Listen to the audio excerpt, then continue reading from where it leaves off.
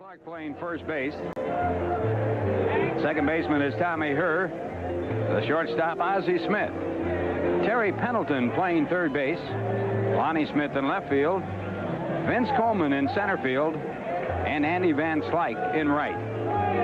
The catcher is Mike Lavalier. And on the mound, John Tudor. Tudor with a record of 0-1 this year. Last year, he was 12-11 for the Pittsburgh Pirates. And the lineup for the Mets, Mookie Wilson leading off. Kelvin Chapman will bat second, followed by Keith Hernandez. Gary Carter batting fourth. Darryl Strawberry will hit fifth, followed by Foster, Knight, Santana, and Calvin Schiraldi. And the first pitch of the ball game to Mookie Wilson. And it's strike one. Mookie hitting .298 for the season. No home runs, 1 RBI. Mookie a switch hitter. And the pitch back, a breaking ball in the dirt, and the count 1 ball and 1 strike. John Tudor with a record of 1-1 lifetime against the Mets. Started his career with the Red Sox, was 39-32. Moved on to the Pittsburgh Pirates, where he had a record of 12-11. And now with the St. Louis Cardinals. And the count, 2 balls and 1 strike. One thing you'll see from John Tudor tonight, you'll see him work both sides of the plate. He loves to pitch inside to right-handers, and you can certainly do that in this ballpark. And the fastball is missed. Big ballpark at 330 down the lines. 383 in left center and right center, and 414 in straightaway center field. Good crowd on hand as the start of this 3-game series gets underway. And Mookie hits it in the air to right center field. Over there is Andy Van Slyke, and the first out of the ball game. This copyrighted telecast is presented by authority of the New York Mets and WOR-TV, and is intended solely for the private non-commercial use of audiences. Any publication, reproduction, retransmission, or other use of the pictures, descriptions, and accounts of this game without the express written consent of the New York Mets and WOR-TV is prohibited. And now it's Kevin Chapman, the batter. Chapman hit him .158 for the year. He's had 3 hits and 19 times up. He has driven in 2 runs, and there's ball 1. Chapman last year batted .289 for the Mets with 3 home runs and 23 RBIs.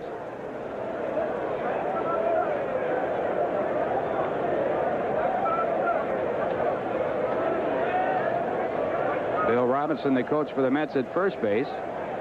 Bobby Valentine, the coach at third. And the home plate umpire, Doug Harvey, making the call. Frank Pulley, the umpire at first base.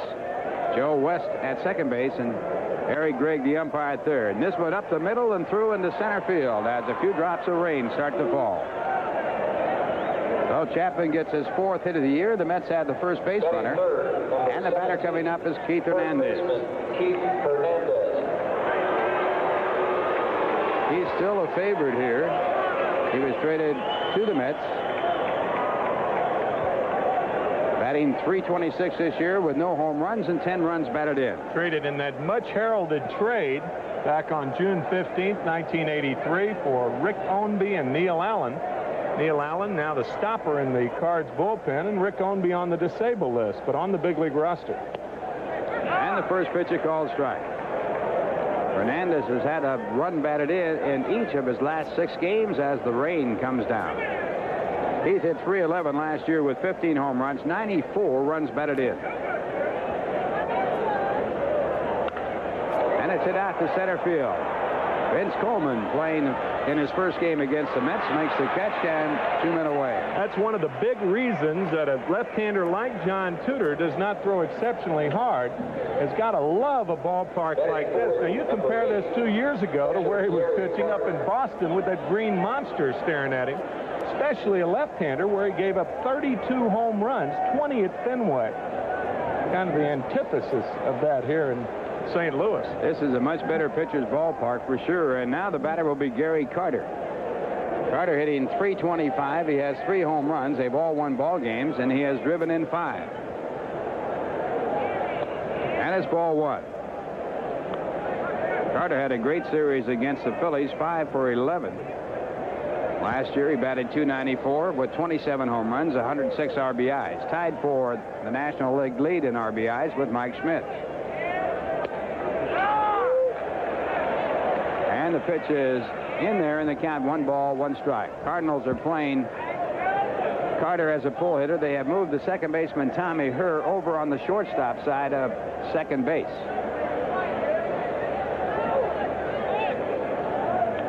Interesting in a double play situation too, huh, Ralph? Ball hit to third base. Oh, I beg your pardon, it's 2 out. Well, there would be a double play situation if there were less than 2 out, right? It would. I doubt if they'd set up this way with a double play, although they did put the shift on against some right-hand batters, even though a double play might be in order. I had the greatest explanation. The only problem was there are 2 outs, right? We'll wait for another time to use it. I know you'll be hanging on the end of your everywhere. 1-1 the count to Carter, and he pops it in the shallow right center field. Coming over is Andy Van Slyke. It drops in. Coming around to score is Kevin Chapman. Here's the play at the plate, and the ball gets away from the catcher, and the Mets take the lead 1-0 on the miscue in the outfield. Excellent play by Bobby Valentine, the third base coach of the Mets, sending Chapman with 2 out. Chapman, a good base runner. Nobody can decide on who wants the ball here. Van Slyke really should be the guy to take charge because you've got an inexperienced center fielder. Generally speaking, your center fielder is your captain in the outfield.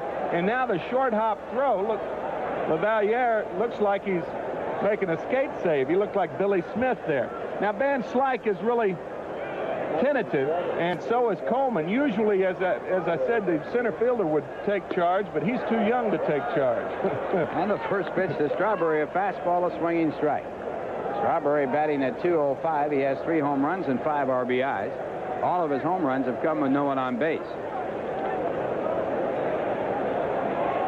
They are charging that as an error on center fielder, and this ball is gone. Goodbye. The darkness. Oh. Darryl Strawberry with his 4th home run of the year, and the Mets lead by a score of 3-0. And John Tudor could not believe what has happened to him. 3 unearned runs for the Mets here in the first inning, and I'm telling you, this ball is smoked. Unbelievable. Now, we said before that this ballpark is a big ballpark. Van Slyke in right field. See the darkness right there? That used to be the tunnel where the guys warmed up when this park was built back in '66. Nobody lives back there anymore, though, Ralph. Oh, it's too dark. So there's the expression on John Tudor's face as he gives up the home run, and now the batter will be George Foster. Foster hitting .242. He has 2 home runs and 6 runs batted in. A swinging strike. Counted strike 2. The Mets had a ball player named Tim Harkness, and one time somebody came out to the ballpark with a banner that said, "Hit one in the darkness, Harkness." That ball was really in the darkness right there, although it was hit by Darryl Strawberry in the inning. The Mets score 3 runs on 2 hits. There was 1 big error, and no one left on base. The score at the end of 1/2 inning, the Mets 3, and the Cardinals coming up. Now, here's a word from Manufacturers Hanover. The shortstop, Rafael Santana. Ray Knight playing third base. In left field, George Foster. In center field, Mookie Wilson. And in right field, Darryl Strawberry. The catcher, Gary Carter. And on the mound for the Mets, Kelvin Ciraldi, with a record of no wins and no losses, making his first start this year.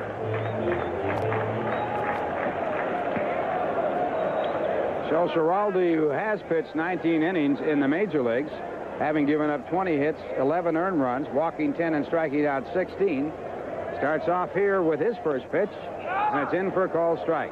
The batter is Vince Coleman, and Coleman just brought up from Louisville, hitting .467. He had 7 hits and 15 times up against the Pittsburgh Pirates. He also picked up 5 stolen bases, and he fouls off the pitch. Coleman last year hit .257 playing at Louisville. He had 101 stolen bases, an American Association record, had 4 home runs, 48 RBIs, and one time in the minor leagues he stole 145 bases and missed 31 games of the season. So you get an idea about his speed. Fastball. He fights it off. The count, strike two. He also struck out 112 times last year. And certainly the Cardinals do not want that from a contact hitter. Calvin Schiraldi handling him perfectly so far, getting ahead 0-2. You can't steal first. And it's grounded down to third. It's a foul ball. Fielded by Hal Lanier, a former Cardinals shortstop. You know, a guy like this, though, cannot drive the ball, I wouldn't think. George Foster in left field, probably playing a little deep for Vince Coleman, as is Mookie in center. Can't have that much power. And again, it's fouled off. A guy like this hits a ball over your head to the opposite field, hitting left-handed, of course, to left field, or right-handed to right field. You just got to give it to him. Because if this guy gets on first base, I mean, his speed's going to be the extra base hit, so why worry about an extra base hit? And it's hit on the ground down to Hernandez, who fights it off, throws to Schiraldi. He gets there first. Hernandez wisely tossing off to his pitcher, as he could not have beaten Coleman to first base. And a good play by Calvin Schiraldi, because he didn't take for granted the fact that Hernandez will come up with the ball. He kept coming toward first base and just nips Vince Coleman. Good play both sides. Good recovery by Hernandez and nice hustling by Calvin Schiraldi. Joaquin Andahar, who is going to pitch in Wednesday's game against Dwight Gooden, said that the Cardinals have 7 leadoff batters and 1 hitter. And that's what you do when you face the Cardinals. They can all run, and Lonnie Smith fouls off a fastball. Last year, they led the National League in stolen bases with 220. They are on a faster pace this year. The one hitter Jack Clark was talking about is obviously Ozzie Smith, right? The one-strike pitch. Ozzie did have a home run earlier this year. Right after he signed that $2 million contract. Same day. Now, obviously, I was kidding about that. Jack Clark was the one hitter. Certainly the power hitter. The one guy in this lineup you do not want to beat you. Again, it's down to Hernandez, and again, Keith comes up with it. This time, he takes the play himself. And 2 men away. So Lonnie Smith, who is batting at .250, is out. Well, we saw Vince Coleman and Lonnie Smith. Tom Herr will bat third. Jack Clark, the first baseman, batting fourth. Andy Van Slyke, the right fielder, will hit fifth. Terry Pendleton, the third baseman, batting sixth. Catcher Mike Lavaliere will bat seventh. Ozzie Smith, the shortstop, batting eighth. And John Tudor batting ninth. John Tudor, good hitting pitcher, too. Tommy Herr hitting .342 with no home runs, 9 RBIs. And Schiraldi misses with a fastball.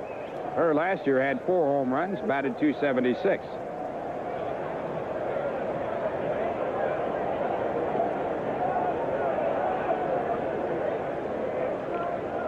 Schiraldi back again with a fastball. 2 balls, no strikes. Schiraldi at Tidewater, 1-1 and lost none. He had an earned run average of 1.50 in 2 ball games.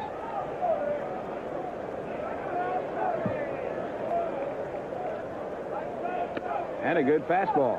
Yeah, when you think about it, Calvin Schiraldi's really only in his second full year as a professional pitcher. He signed in a selective draft back in June of 1983 when the Mets lost Pete Falcone to free agency. Calvin Schiraldi was the 27th player selected overall. And the fastball just does miss. It's 3-1. Schiraldi led his University of Texas team to the championship of the NCAA.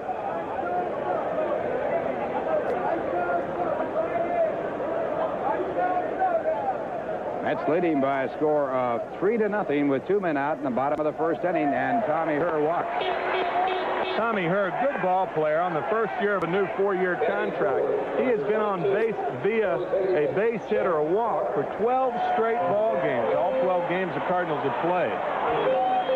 So with Herr on first base, the batter will be Jack Clark, who's hit 2 home runs and driven in 8. He's batting .314. One of his home runs off to Dwight Gooden. Matter of fact, the only home run given up by the Mets staff until Saturday. Then the Phillies exploded for 5 home runs in 2 games, and obviously it's contagious as they continued hitting. Only game completed in the National League now. They beat the Expos today 9-1. And a slider for ball 1. Clark last year batted .320 for San Francisco with 11 home runs and 44 RBIs. Tommy Herr, not really a strong threat run on the bases, especially with the Mets leading 3-0. And 2 out and Jack Clark hitting, right. Clark at the plate. Again, the throw to first base. Herr back.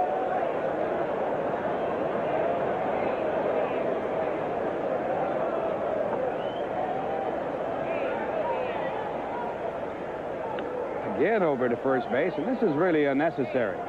Got to concentrate on that hitter. Second throw almost had Herr. It would be totally unnecessary for Herr to get picked off right now. Well, I'll say. No way. Herzog will go through the top of that dugout. Big swing and no contact. It's 1-1.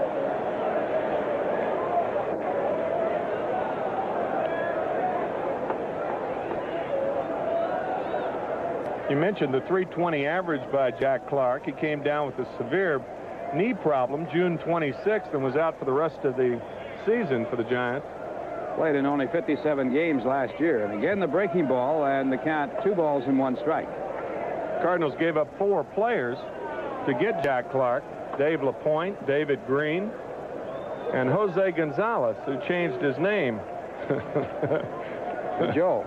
To Jose Uribe. Not even close to Gonzalez.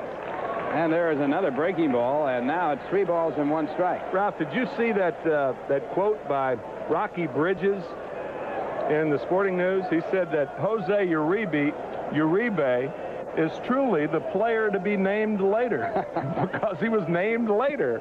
A legitimate one there. Yeah, right. And a strike call, and the count now at 3 balls and 2 strikes. Clark did not agree with Doug Harvey, the home plate umpire. Clark has a lifetime batting average of .277. He's hit 165 home runs. 163 of those home runs at Candlestick. Tough park for a right-hand batter.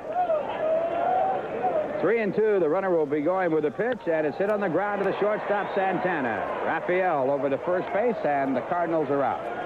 No runs, no hits, a walk, 1 left. The score at the end of 1. The Mets 3 and the Cardinals nothing. Now here's a word from the good old guys. News coverage. Tune in to News 9 Primetime this Tuesday through Thursday. Tom Dunn takes a look at electronic mania, the gadget craze that's taken America by storm. From the newest VCRs to the latest electronic games, Tom Dunn looks at it all. Don't miss the special News 9 Primetime report starting tomorrow night at 8 right here on Channel 9. And right here in Busch Stadium, it's Ray Knight to lead off. His wife picked up a check for about $7,000 playing in the golf tournament. Nancy Lopez. That tournament played in Las Vegas. That was on Sunday. Ray Knight batted .237. There you see Nancy back in the ballpark right here on Monday. She must like St. Louis. We met her here in St. Louis last year. That's right. Very nice lady. And a strike call. Ray hitting .333. He was reactivated from the DL disabled list on Saturday. 1 for 3 in his first ball game. John Tudor, the pitcher, and he misses with a curveball. The ball must have hit him on the foot, huh? I think it did on the left foot. It's one thing that cannot happen to Nancy Lopez, which she's playing golf. It happens to me on some of my swings. I probably have done everything but hit my front foot with a drive. Huh. That's right. Right between your legs. Now the batter is Raphael Santana. Raphael hitting .167, 5 hits and 30 times up, and the first pitch is strike. Speaking of left-handers, James Michener was voted the left-hander of the year. And he couldn't understand why he got that great award, because he said he was right-handed. There's a pitch back. He says the only thing that he could do with his left hand was to scratch his right elbow. He didn't write right-handed, right? No, he certainly didn't. Or he didn't write left-handed. Here's the 1-1 pitch. Fooled him with that one, and it's 1-2. Little turnover fastball, acting sort of like a screwball. Why did Michener get the award? Well, the fellow who gave him the award that selected him said he went through a book of famous left-handers and his name was in the book.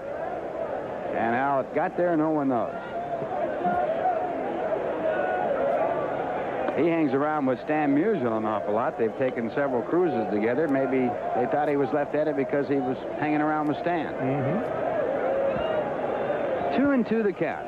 Stan doesn't look like he's 78 years old, though. Oh, that won't get back to him. I played in the ball game. That was Stan Musial's last game. What a thrill that was. Back in early October 1963, a very emotional day for a man with 3,630 hits. And there's a hit right there.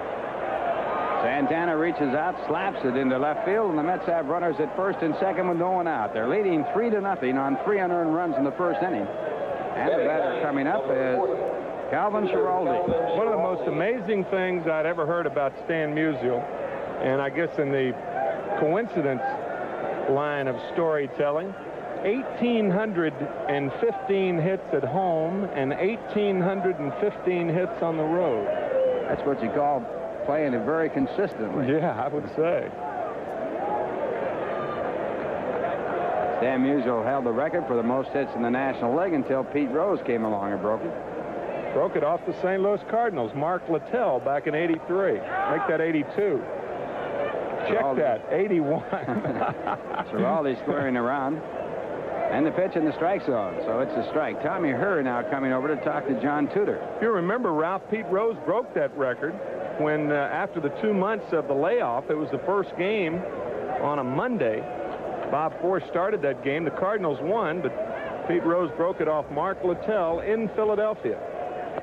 And again, Schiraldi squares the bunt and takes the pitch for a strike.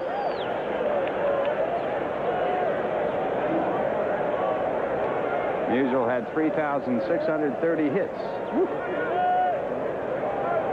So now Schiraldi with a 2-strike count. The Cardinals still looking for the bunt attempt. Look how close to third base Ozzie Smith is. And he tries to bunt it, bunts it foul, and he is out. Never be recorded as a strikeout. So Schiraldi fails to help his cause as he fails to bunt. The runner still at first and second, and the batter coming up for the Mets will be Mookie Wilson. It was interesting to see the third baseman here. Watch Terry Pendleton, 0-2 the count. He's charging, the pitcher's charging. Had Pendleton fielded the ball, he would have gone to third base because Ozzie Smith would have been there. And on the rug, Ralph, you got to find the seam. You got to bunt it hard between the pitcher and third baseman, or the first baseman and the pitcher. If you make a perfect bunt down, they got you. Using that rotation play, it's tough to bunt a runner, 2 runners over. And a drive into right center field by Mookie. This will be extra bases. Coming in to score is Ray Knight. Behind him, Rafael Santana. Mookie on his way to third, and he goes in with a 3-base hit. And the Mets lead by a score of 6-0. Make that 5-0. One of the real delights in following this Met club is watching Mookie Wilson run. A lot of triples hit in this ballpark. Cardinals led the National League in triples second baseman back in 1983, and Mookie Wilson, an easy triple for him. If you can find a gap in this ballpark, you can get a triple, because it's a ton to right center and left center. And for Mookie Wilson, that is his second triple of the year. And the Mets leading by a score of 5-0. A runner at third base with 1 out, and Kevin Chapman the batter.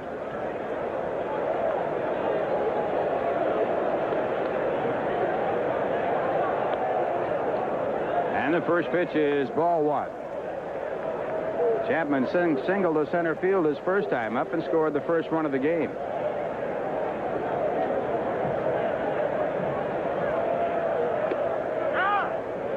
And the strike call. The count 1 ball, 1 strike. Early activity in the bullpen. Ken Daly, also a left-hander, as you see.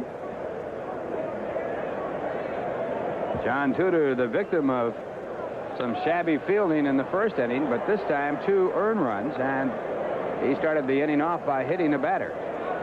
That puts the count at 1-2 on Chapman. Coming into this game, working 17 innings, Tudor had given up only 2 earned runs. and had a record of 0-1. 1-1 against the Mets last year in 3 games with a 1.71 ERA. So this is far and away the best performance by the Mets against the House of Tudor. And a strikeout, a big one. Runner at third base now with 2 men out, and the batter will be Keith Hernandez.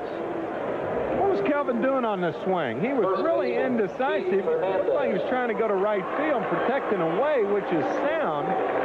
But Tudor evidently turned that ball over. That was a funky-looking pitch. He had Chapman way out front. Tudor's third strikeout, and now Hernandez stepping up. Keith flied out to center field his first time up.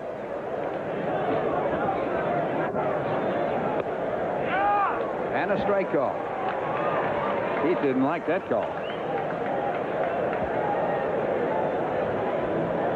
2 pretty good umpires up there right now. Keith Hernandez as the batter is a fine umpire, and so is Doug Harvey behind the plate, the regular umpire. Only difference, Keith doesn't have an indicator, right? That's all.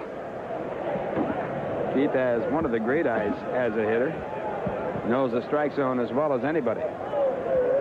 Doug Harvey, the veteran behind the plate. And it's hit slowly to the first base side. Jack Clark will take it by himself, and that'll retire the side. But in the inning, the Mets get 2 runs on 2 hits. The big hit, the triple by Mookie Wilson. They leave 1 at third. The score at the end of 1.5 innings, the Mets 5 and the Cardinals nothing. Now here's a word from second. The Mets leading 5-0, and a man coming in for the play-by-play who was there when they opened this ballpark up to the public. Tim McCarver. All right, Ralph, thank you very much. May 12th, 1966, this beautiful edifice was constructed, or the end of construction. Cardinals finished their season, and in the first complete year in this stadium, won the World Series against the Red Sox in '67.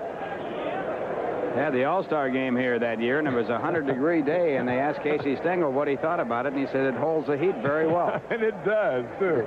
Andy Van Slyke batting .295, so he's been rather hot in the early going. Takes a strike from Calvin Schiraldi.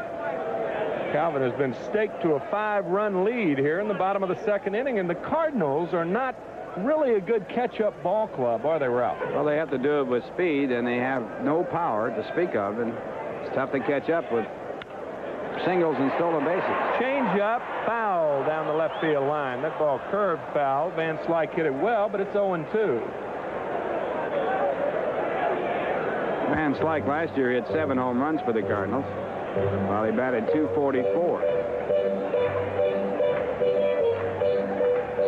If you're the Cardinals and Whitey Herzog, do you change your, it's early yet, you change everything around and kind of put a rope on the guys at first base, or do you play the same game? Got to play the same game. Got to stick with your game plan. Something that certainly was not in vogue years ago, but I think it's changed for the most part. Usually if you were down by more than 1 run, you wouldn't even think of running, trying to steal a base. But the game has changed for the better, I think, in that respect. Well, this ball club is definitely a running type club tailored to this ballpark. 1-2 to Andy Van Slyke. Strike 3 on the fastball. First strikeout for Calvin Schiraldi. 1 away. Well, this pitch is a borderline pitch, but certainly close enough to swing at. Van Slyke thought it was inside, but the ball tailing back over the inside corner, and a called strike by home plate umpire Doug Harvey. The ball had some get back on it, didn't it? Tailed right back in that strike zone. Terry Pendleton, the batter, batting .244 with 1 home run. That home run, a grand slammer yesterday, his first of his major league career. And they asked him if he'd ever hit another one. He says, no, not in high school, not in Babe Ruth League, not in Little League, not in grammar school. Very interesting. He's now tied in Grand Slam home runs with Joaquin Andujar, the pitcher. Fastball, a little breeze ball up and in. 1-1 to Terry Pendleton. This one is right under the chin. This is a little chin music right here. Van Slyke, pardon me, Terry Pendleton wore the Mets out last year.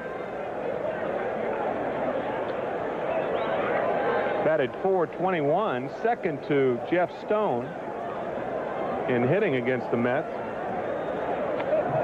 2-1 to Terry Pendleton, switch hitter, batting left. Cardinals have 4 switch hitters in their lineup.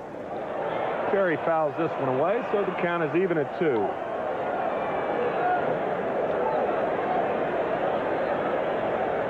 Pendleton had a very poor spring after that .324 year last year.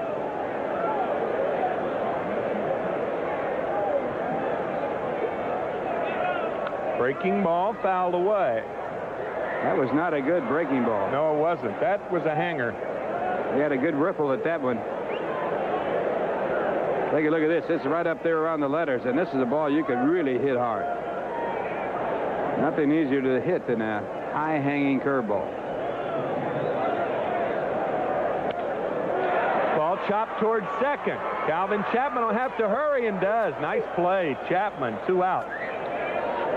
Well, you watch Chapman make the throw, and he does it all the time, and you wonder how he gets it there in time. Number 10. But he did, and he has. Right here as he comes over, tough throwing position. And he gets it there in time. And also a good play by Chapman, cheating towards second with 2 strikes. Pendleton, not a pull hitter to begin with, is less inclined to pull with 2 strikes, and Chapman had him played perfectly. Here's Mike LaValliere, the catcher, and he takes a strike from Calvin Schiraldi. Mike was released by the Phillies and picked up by the minor league club, Louisville, and now here he is in the major leagues. 1-1 to Mike LaValliere. Darrell Porter's on the DL list with a broken toe. Fastball misses. 2-1. Interesting story also about LaValliere, that the Cardinals had made a deal for him last winter, and then they found out they were going to deal him to the Phillies. The Phillies found out that he had knee surgery. The Cardinals canceled the trade, and then he signed with the Cardinals as a free agent. But he pops up to Rafael Santana as the Cards go 1-2-3 in the second, and the Mets have a comfortable 5-0 lead after 2. Now here's a word from Budweiser. The St. Louis Cardinals tomorrow night at 8:30 New York time, right after News 9 prime time at 8 o'clock. Watch them shine right here on Channel 9. And the Mets are shining tonight. A 5-run lead, a 2-run homer by Darryl Strawberry in the first inning after an error by center fielder Vince Coleman, and then a 2 RBI triple for Mookie Wilson in the second. 5-0 Mets. Gary Carter the batter, and Gary hit the ball that was flubbed in center field by Vince Coleman. He and Andy Van Slyke, the right fielder, couldn't get together, and Carter was on an error. Popped up in the infield. Ozzie Smith under it. 1 pitch, 1 out here in the 3rd inning. At Montreal, the Phillies continue their winning ways, winning their 3rd in a row as they defeated Montreal 9-1. Raleigh, the winning pitcher, now 2-0. Wilson a home run in the 8th with 2 men on. Dawson got a home run for Montreal's only run, his 3rd of the year. At the end of 6 1/2, Chicago won, Pittsburgh won. Ruthven against McWilliams. Durham a home run, his 4th of the year in that game. Darryl Strawberry, a tremendous home run his last time up, his 4th of the year. And Gary Carter was aboard. Into the darkness in right center field. 2-0 to Strawberry.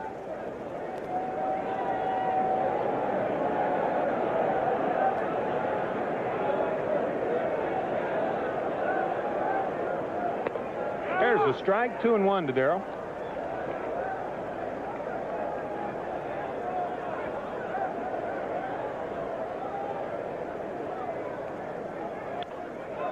Tap toward first. Jack Clark, indecisive, goes to Tudor, 2 away. We mentioned Strawberry's home run in the 1st inning, and he hits it to that Spelunker's hideaway in right center field. It does look like a cave out there, doesn't it? Into the darkness. And back in 1966, Ralph, I called a pitch from Alvin Jackson, the ex-Met. And Willie McCovey turned around and said, "Tim, I'll handle this one." And he hit the hardest ball I've ever seen hit. It hit that facade right there next to the Redbird. Hardest hit ball I had ever seen as George Foster takes the ball 1-0. He told me the ball bounced right back into the Shallow part of right field. Shallow part, and that's a long way behind there. It's about 50 or 60 yards behind the fence. Feet, right, not yards. It's a half a football field. Huh? 1-1 to George Foster. There's an idea of how high it was, right to the right of the Redbird, and it's 383, but he hit it so high and so hard. Of course, Stretch could hit him high and hard, couldn't he? 521 home runs in his career. Amazing hitter. I asked him about it some 10 years later, and that inimitable speaking voice of his, he said, "Jim, I think that was the hardest hit ball I hit." The gentle giant, number 44, the Giants. 3-1 to George Foster, who originally signed with the Giants. One of the great trades of all time, huh? Frank Duffy. Little shortstop, Frank Duffy, and a pitcher that shall be nameless because I've forgotten his name. When did Vern Gishert? That's close. Geischert? That's even closer. If that was the guy. Vern Geischert was his name. Okay. Frank Duffy and Vern Geischert from the Cincinnati Reds to the Giants, and Foster went over and had a few problems this first year. And here we are 12 years later and 315 home runs later. George had a big 3-run homer yesterday at the Vet in Philadelphia.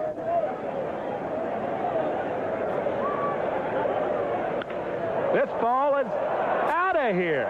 Another rocket. George Foster doesn't even give you a chance to work on your home run call, does he? That ball was a shot and Tudor being bombed here in this ball game tonight.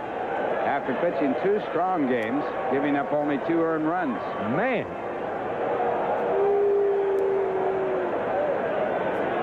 John Tudor gave up 32 home runs 2 years ago in Boston, 20 at Fenway. Ray Knight. Imagine where that would have been at Fenway. That would have been over the railroad tracks. And Foster gets that fastball and drills it. He had 24 last year. He now has 3 for this year. And the Mets have a total of 11 home runs this season. And Ray Knight, the batter. He takes a fastball outside. The Mets have exploded for 6 runs here in the first 2 2/3 innings. Change up is over for a strike. 1-1 to Ray Knight. There you get a great shot of the extension, the perfect move on a ball that you would expect from George Foster, and there's no doubt about it. No doubt about either one. First Strawberry to right center, and now George Foster to left center. And Ray Knight has to follow the act.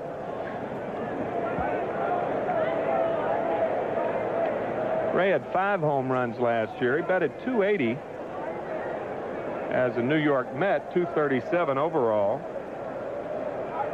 His lifetime batting average is .280. Did he hold up in time? Yes, says first base umpire Frank Pulley. So it's 2-2 to Ray Knight.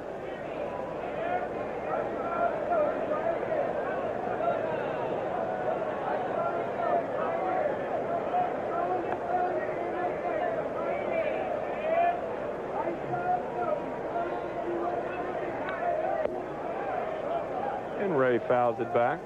Still 2-2. And Houston, no score after 2.5. Cincinnati there. Tibbs on the mound for the Reds against Mike Scott for Houston. Atlanta later on against San Diego. The Dodgers later on against San Francisco. How about those Reds, huh? 7 in a row. They got quite a combination there, Tim, in the new owner and also Pete Rose. The new lady owner, Marge Schott, with the Cincinnati Reds. They call Pete and Marge Hustle and Bustle. Little bloop to right field, and that's in there. So a blast and now a bloop, and Ray Knight's on there with 2 strikes, or with 2 out. And the batter Rafael Santana, who singled and scored a run his last time up. Cleveland defeated Detroit 6-4 today. At the end of 6.5 innings, Kansas City won Toronto nothing. At the end of 1.5, Milwaukee nothing, the White Sox nothing. Minnesota won Seattle nothing after 1.5. Texas 3, Baltimore 1 after 1. Oakland later on in California. Swing and a miss at a breaking ball by Rafael Santana. The Mets 0-2, or 2-0 against the Cardinals this year. Trying to go 3-0, and they certainly have a good start. 6 base hits and 6 runs. Breaking ball, grounded toward Ozzie Smith. And the Wizard of Oz makes the play for the 3rd out. But the Mets come up with another one, George Foster's 3rd home run of the year. On 2 base hits, they stranded a runner, and after 2.5 innings of play, it's 6-0 New York. Now a word from Mita. You know, one of the best things about being an ex-big leaguer is getting freebies to the game. Call the front office, bingo. And once these fans recognize me, I probably won't even have to pay for my light beer from Miller. Down it! I love them. These fans know I drink light because it's less filling and it tastes great. Good seats, huh? You're in the wrong seat, buddy. Come on. Oh, I must be in the front row. Come on. Light beer from Miller. Everything you always wanted in a beer, and less. Good seats, hey, buddy?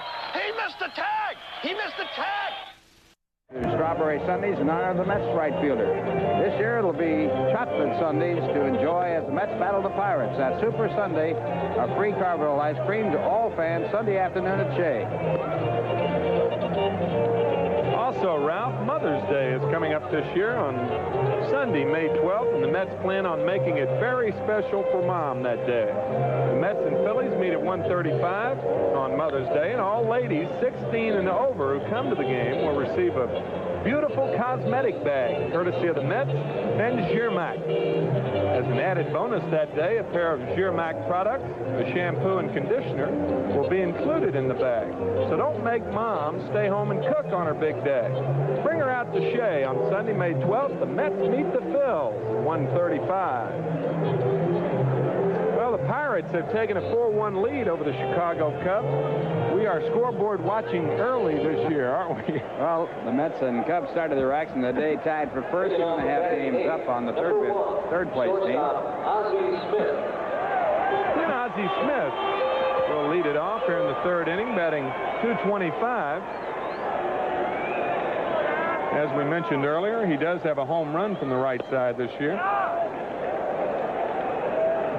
And a strike. Mike Jorgensen, the ex-Met, as Ken Daly, the left-hander, warms in the bullpen. So Jorgensen will be the hitter, and Ozzie Smith gets the first hit of the game for the Cardinals. It's like an off-speed slider that Ozzie Smith just served into center field. And right here, Ozzie gets on top of it. That's really swing down on a ball type swing, and he lines it into right center field for the first hit. Looks like your backhand in tennis, huh? That's what Hank Greenberg told me. Well, Mike Jorgensen is hitless and 3 at-bats as a pinch hitter.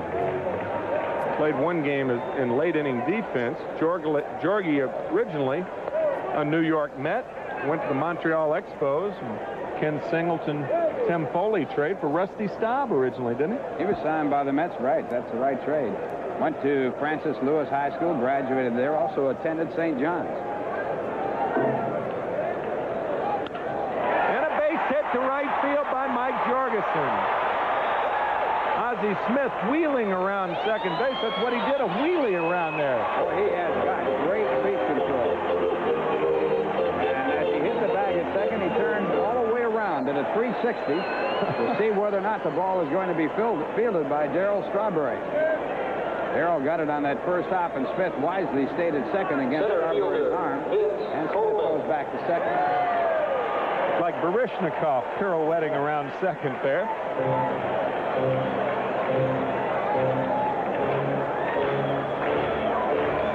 Vince Coleman hitting to the tune of .438.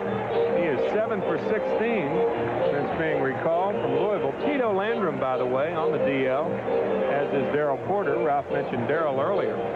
Landrum has pulled abdominal muscles, so they gave Vince Coleman a chance to play. Tito Landrum hoping it's not another Wally Pipp job, right? Wally Pipp came up with a headache and was replaced by Lou Gehrig, and that was it. 2,130 games later. Well, Wally was out of the game, obviously. He's a pretty good ball player, I understand. He's a good ball player. Carter talking to Calvin Schiraldi. The Mets need an out. They don't care about the double play, especially with Coleman hitting. Ray Knight way in at third base. Santana over in the hole, and Chapman cheating at second. Dave Johnson, the manager of the Mets, contemplating the situation. Fastball is a strike to Vince Coleman. Coleman got a tryout with the Washington Redskins as a wide receiver. He didn't sign with them. He wanted to be their kicker. And he said if he had been signed as a kicker, he wouldn't have played baseball. His cousin Greg plays for the Minnesota Vikings. He can fly. Tap towards short. No chance for two. And Chapman prudently held on to the ball. Jorgensen flying into second base to do his job. So Vince Coleman's on there, and we might have a chance to see him run here, even though the Cards are down by 6. Santana going to second base. Chapman should have gotten out of there. He had no chance for the double play, and he stayed in there a little too long. Could have been hurt. Slide in by Jorge, a fair slide. That's one of those plays, Ralph, where you just stretch as a second baseman, try to field the ball, and take one out. And maybe look at third for a play. That's right. Lonnie Smith, the batter. He grounded to first base his first time up. Coleman broke at first base. I had my "there he goes" on, but he didn't. Well, he gave you a good fake. There's no doubt about that. It ought to be illegal. Here I'm trying to earn a living. Watch this. He looks like he's going to go. He's got a big lead, and then he puts on the brakes. 1 foot on the artificial surface. 0-1 to Lonnie Smith. Another fake break, and Smith hits it to right center, and that's going to score 2. Into the gap. Coleman's going to score easily behind Ozzie Smith, and it's now a 6-2 ball game. Smith on third base. 1 away.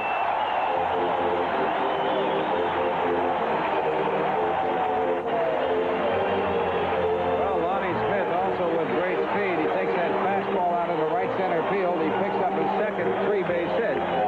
And he also drives into his 4th and 5th RBI.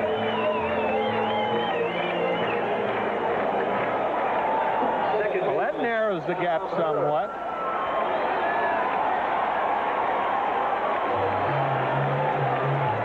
Coleman running the bases a little bit undecidedly, but he's got the kind of speed that there's no play at all on him. Man, he can fly. Might be the fastest man in the game, and also a very good runner, Lonnie Smith over at third. Infield back for the Mets, Tommy Herr, the batter. And he rips the ball hard to right field, and it had too much hang time, and I got to believe Darryl Strawberry's got to make that play. But he pulled up, and Tommy Herr has an RBI single. Well, the Mets had a 6-0 lead, and now 3 of them are across for the Cardinals, and it's a new ball game. As the Mets, after their starting pitcher Dwight Gooden, find that they have not been able to get consistent pitching. And Roger McDowell down to heat up, the right-hander warming up for the Mets in their bullpen. 6-3 now, Mets lead it. And the batter Jack Clark, who grounded to short his first time up. Gets under this one and lifts it to left field. Foster in, Santana back, waving off George. 2 out. Not trying to be overly critical of Darryl Strawberry, but he has been playing a tentative right field. Mike Schmidt got a base hit with the score 6-6 yesterday as we look at Roger McDowell. One of the problems, as you know, Tim, when you switch from grass to the artificial turf, you get to be a little cautious. You don't want that ball to go bouncing by you. You just don't have the same approach to fielding the ball when you're on artificial turf as you do on grass. Okay, I'll buy that. Andy Van Slyke, the batter. He took a called third strike his first time up. Throw to first base. Tommy Herr back.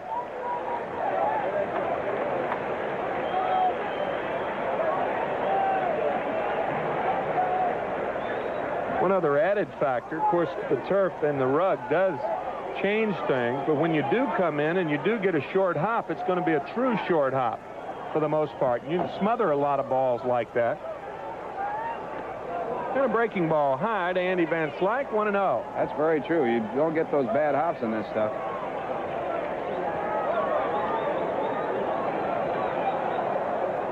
Six-3 ball game. Cardinals exploding with 4 runs, or 4 base hits and 3 runs here in the bottom of the 3rd inning. Change up is high and outside. 2-0 to Andy Van Slyke.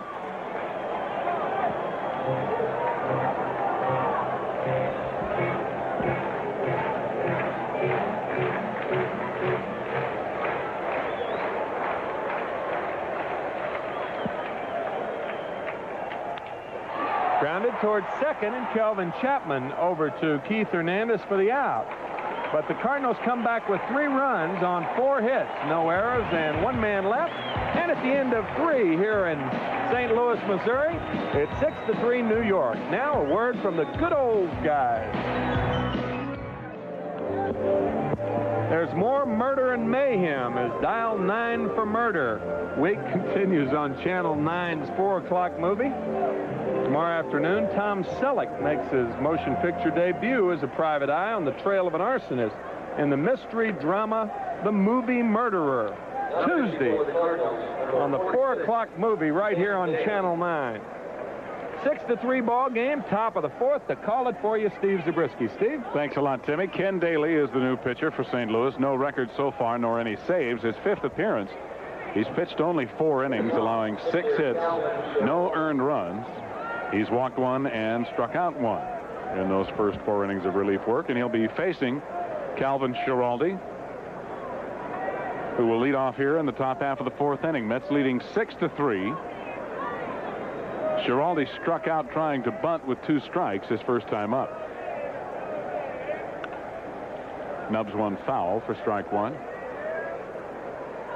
The Mets got 3 in the first, 2 in the second, and 1 in the third for their 6 on 6 hits. The Cardinals with 3 runs in the bottom of the 3rd on 4 hits. All those 4 hits coming in the bottom of the 3rd as well. And a strike called, 0-2.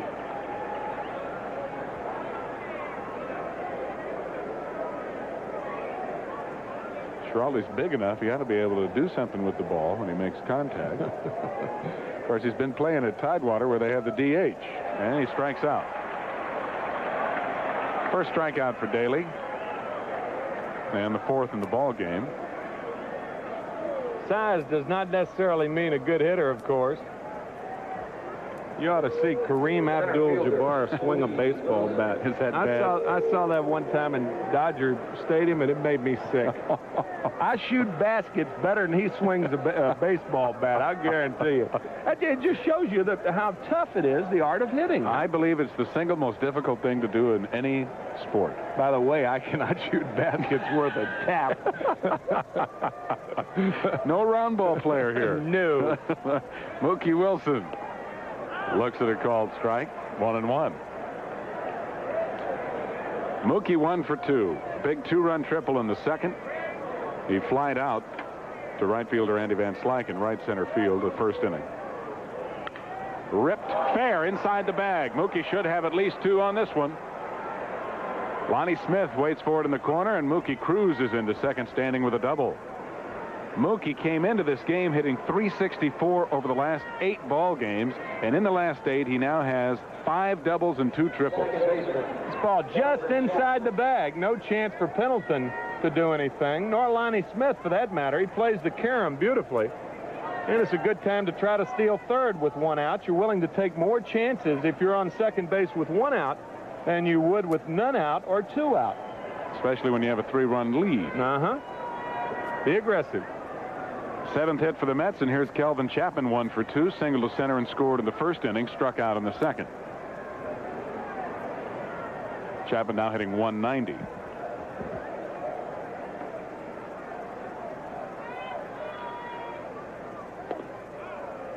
And a ball. Tommy Herr cheating towards second in an effort to keep Mookie close. And there you see the defensive alignment. And Tommy Herr already taking a couple of steps that way.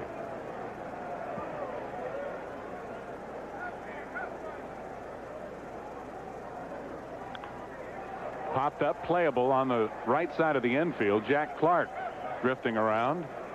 I don't know what you call that dance, but it needs some music. Call it a two-step. He made the catch nonetheless. 2 away. Like Brazil 66. They're still around. They're Brazil 85 now, or 84. Sergio Mendes. He was doing the samba out there, though. Keith Hernandez 0 for 2, fly deep to center and grounded to first. In the first series against the Cardinals, the first 2 games of the year at Shea, Hernandez was 6 for 10. And last year he really pounded the ball against the Cardinals. But you find that quite often. Doug Harvey went out to break up the little conference between LaValliere and Daly.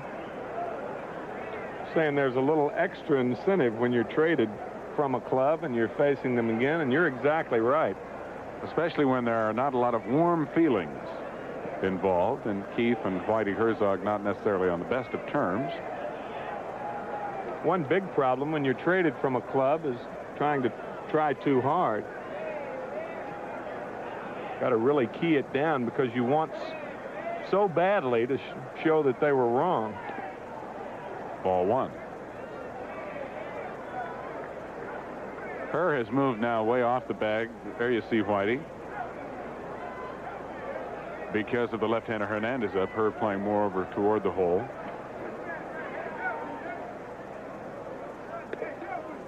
And ball 2 to Keith. Darrell Norman Herzog. You know whose middle name is Norman? A pitcher in the National League. Stephen Norman Carlton. It makes sense that you would know that. Yeah, right.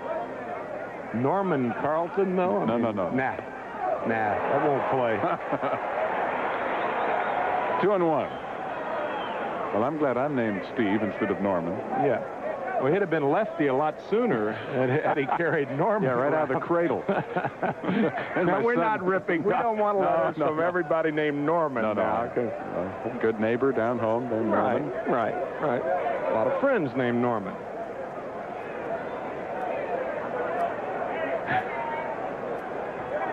You do like to walk that fine line of letter writing, though, don't you? We get enough mail as it is. We don't need to ask for it. Yes, we do. And that's away, and it's 3-1. Mookie Wilson at second base, 2 out here in the 4th inning. And 3-1 the count to Keith Hernandez.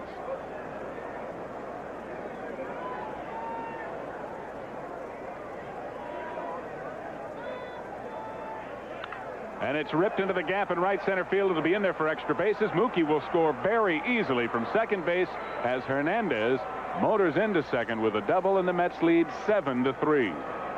For Hernandez, his club-leading 11th RBI of the year. Not only that, Steve, his 7th RBI in the last 7 games, tying Don Clendenin, Tommy Agee, Dave Kingman, and Claudell Washington for 7 RBIs in 7 straight games, so that's a Met record. And I'm sure Keith is glad that he got it against the Redbirds, his ex-team. Keith also now has a 7-game hitting streak going and has driven in a total of 9 runs in the last 9 ball games. And as you just said, Timmy, 7 in a row. Breaking ball to Carter is a strike. Gary reached on an error in the first inning on a fly ball into right center field, dropped by Vince Coleman. Gosh, you know, Steve, Ken Daly is really an enigma out there. You see his stuff. You see the good breaking ball, the good moving fastball, and yet he's not effective. And I don't understand why. The quality breaking ball he throws. Throws pretty hard. Maybe just the wrong pitch at the wrong time. He had some brief success with Atlanta, but then really fell on his face, and that's why they traded him to St. Louis. Really, they sort of gave up on him when a couple of years ago they were really looking to him to be a superstar of the future for him. Pickoff play at second, but Hernandez is back. Herr has cheated over behind the bag as they did in Carter's previous at bat, so makes it a little easier for the Cardinals to put that play on. Ken Daly, the #1 draft choice by Atlanta in 1980. See that arm, you got to like it, but somehow he hasn't put it together. I can't understand it. Just outside. 2-1. Gary 0 for 2 also popped up to short back in the 3rd inning.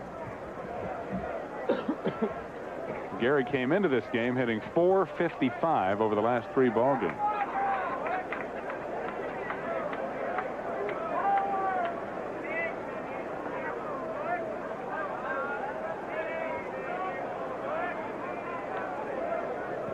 And they're going to put him on, apparently, with the count 2-1.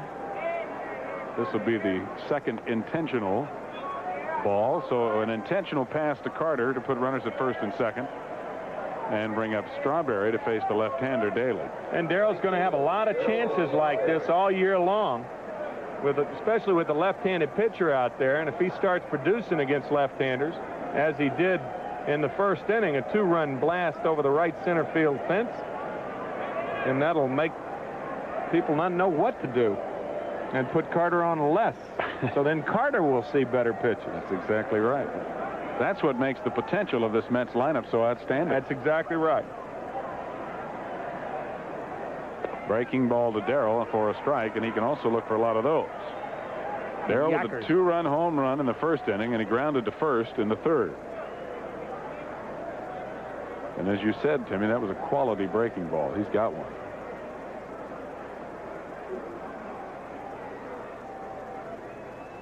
There it is again, but it's too far outside. 1-1.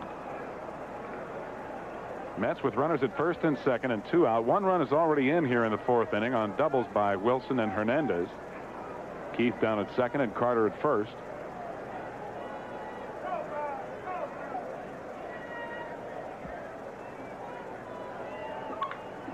Fly ball to left field. Lonnie Smith has plenty of room.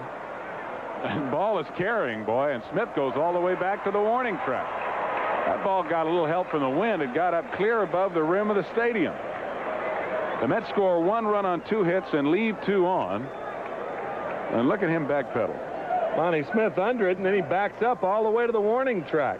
Might have been out of some other parks around here. The Mets lead at 7-3 here in the middle of the 4th inning, and we're back after a word from American Express. Tim McCarver and Ralph Kiner coming to you from Busch Stadium in St. Louis. Going to the bottom of the 4th inning, the Mets hold a 7-3 lead over the Cardinals. And for St. Louis, it'll be Terry Pendleton, Mike LaValliere, and Ozzie Smith to face rookie Calvin Schiraldi. Calvin was breezing along until the 3rd when the Cardinals picked up all 4 of their hits to score 3 runs. Pendleton 0 for 1, grounded to 2nd, and was retired on a good play by Kelvin Chapman in the 2nd.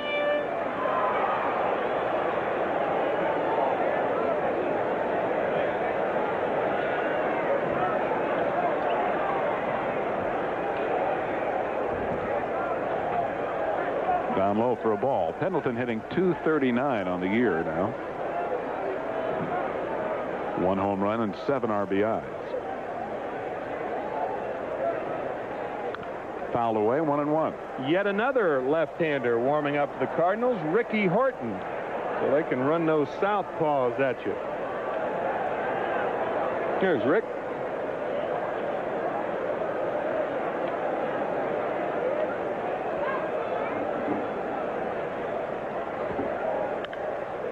Fouled away again, 1-2. A little later in the game, you would think that Whitey might go to a right-hander to make the Mets change their lineup a little bit. It's usually good to go to a right-handed long man after you've started a left-hander, similar to yesterday's ball game in Philadelphia, as the Phillies successfully went to Kevin Gross after Jerry Koosman was knocked out of the game.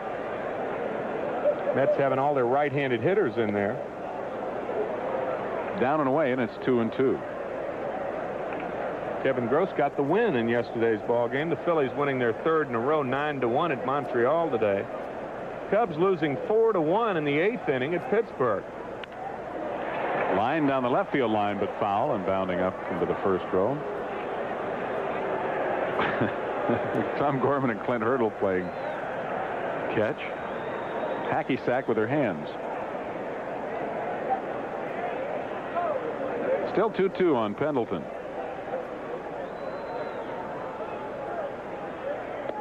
Now 3-2. Calvin Schiraldi's first career appearance against the Cardinals, looking for his first major league victory. Ground ball to short. Santana gobbles it up. 1 away.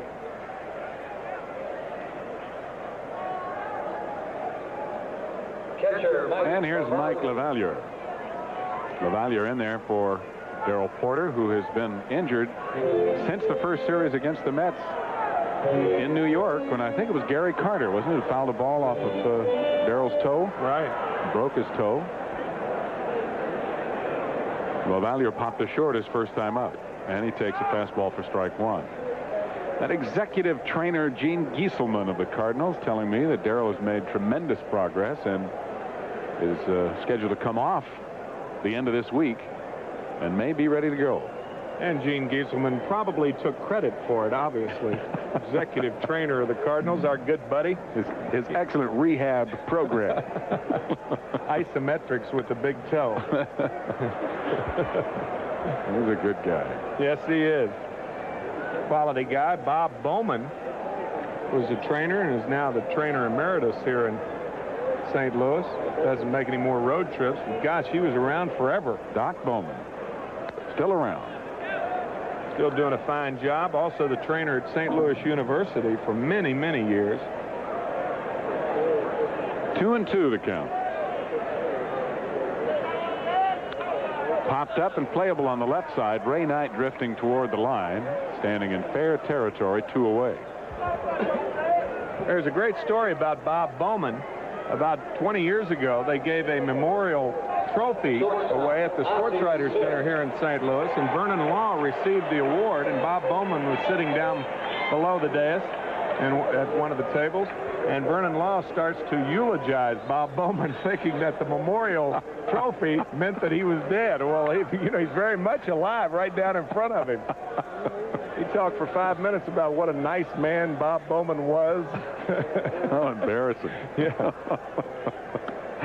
Ozzie Smith goes after some high heat, doesn't get it, and he's in the hole 0-2. After the banquet, the deacon from Pittsburgh was introduced to Bob Bowman, and obviously it was quite an embarrassing situation. And Vernon is such a nice man, you know. Hate to see somebody crushed like that. Check swing foul out of play, still 0-2. Ozzie singled to center to start the third inning and scored, starting that 3-run Cardinal rally. And on deck, Ken Daly, the pitcher.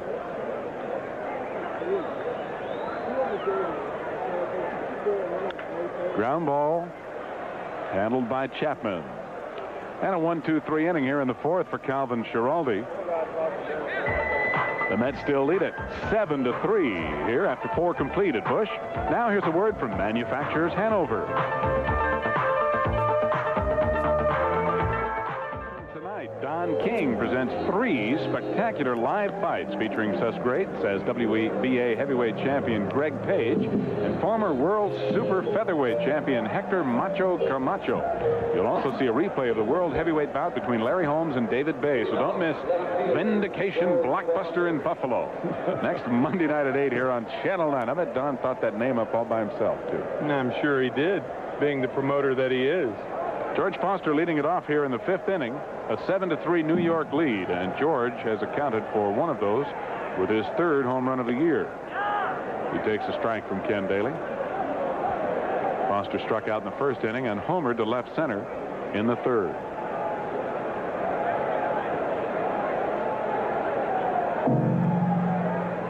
George's 3-run home run yesterday at Philadelphia was his 1,750th hit of his career. Sort of a semi-milestone on the way to 2,000 hits. Kind of a mild pebble, huh? Yeah, I guess so. Sort of a milestone, mild pebble. Mm-hmm. And a ground ball down the 3rd baseline handled by Pendleton. 1 out.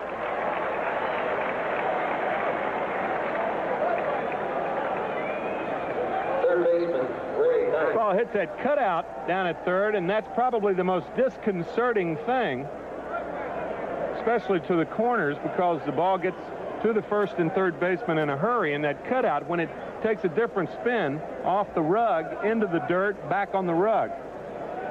So it would be disconcerting. Yes. Ray Knight hits the first pitch into right center field. Vince Coleman drifts over and squeezes it 2 away. The thing that's unusual about the turf is, and the turf and the dirt combination, is that the ball actually can go from top spin to back spin in one hop. True, or dead spin. Yeah. Top spin to like dead spin when it hits that dirt. That's a good point. And certainly true. And very difficult to gauge. You really got to keep your derriere down, even on artificial surface. That's right, and the weight on the balls of your feet. Otherwise, the thing will eat you alive.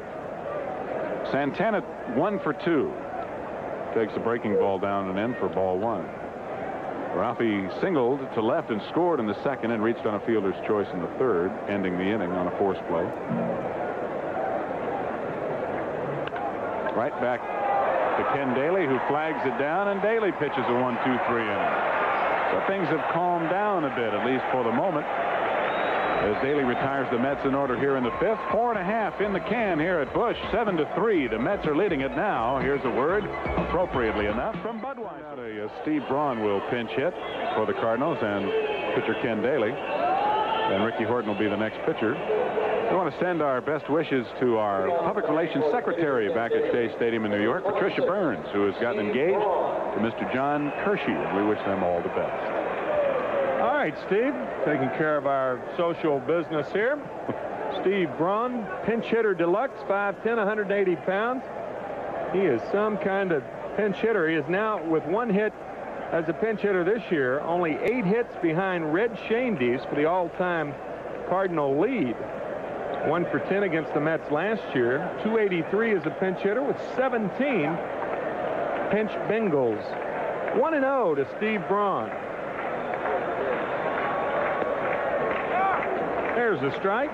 1-1 to Steve. Braun, Good, Steve. I was going to say he's 1 for 5 as a pinch hitter so far this year. Fastball from Schiraldi is low.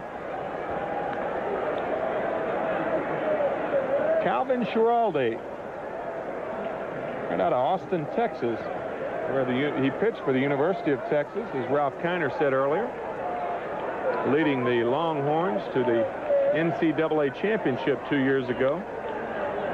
Braun is jammed. This ball might be playable. Ray Knight over near the stands. 1 away. Good play, Ray Knight. It was a good play, particularly the way Ray played the fence. Looking for that wall, he found out where it was early, and then he could concentrate on the ball. Center fielder. Here's what's happening in the rest of the National League. Of course, Philadelphia beat Montreal 9-1 for their 3rd straight victory today. Raleigh the winner, Heskett the loser. Pittsburgh has defeated Chicago 5-3. So the Mets have an opportunity to take back first place, sole possession of it. Vince Coleman, one of 4 switch hitters in the lineup for the Cardinals. He is 0 for 2, grounded to first, and on a fielder's choice. And the breaking ball is a strike, 0-1. Bottom of the 6th, Cincinnati, Houston are tied 1-1. Tibbs and Scott locked up in that one. Later it'll be Atlanta at San Diego and LA at San Francisco. That young Cincinnati pitching staff is not giving up too many runs. Lifted to left field. Santana back and Foster in. Santana makes the catch. 2 out. 7 in a row retired by Calvin Schiraldi. 7-3 New York lead. 7-8-0 for the Mets. 3-4-1 for the Cardinals. I'm Tim McCarver along with Steve Zabriskie and Ralph Kiner. Right here on WOR.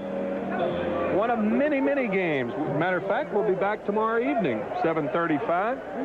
And then at 1:35 Eastern time, 8:35 actually tomorrow night Eastern time, and 1:35 Eastern time on Wednesday, as they have a businessman special here at Busch Stadium. And a slider to Lonnie Smith for a strike. 0-1 to Lonnie.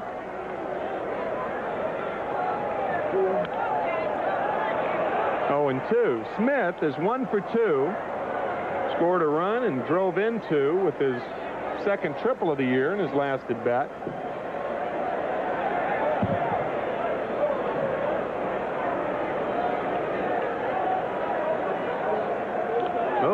almost hit him and did. So Schiraldi drove Smith off the plate, but he didn't want to drive him with a pitch that was that close. Coming inside, and watch the ball just keep right on going. Looked like it hit him on the forearm. I think that's right.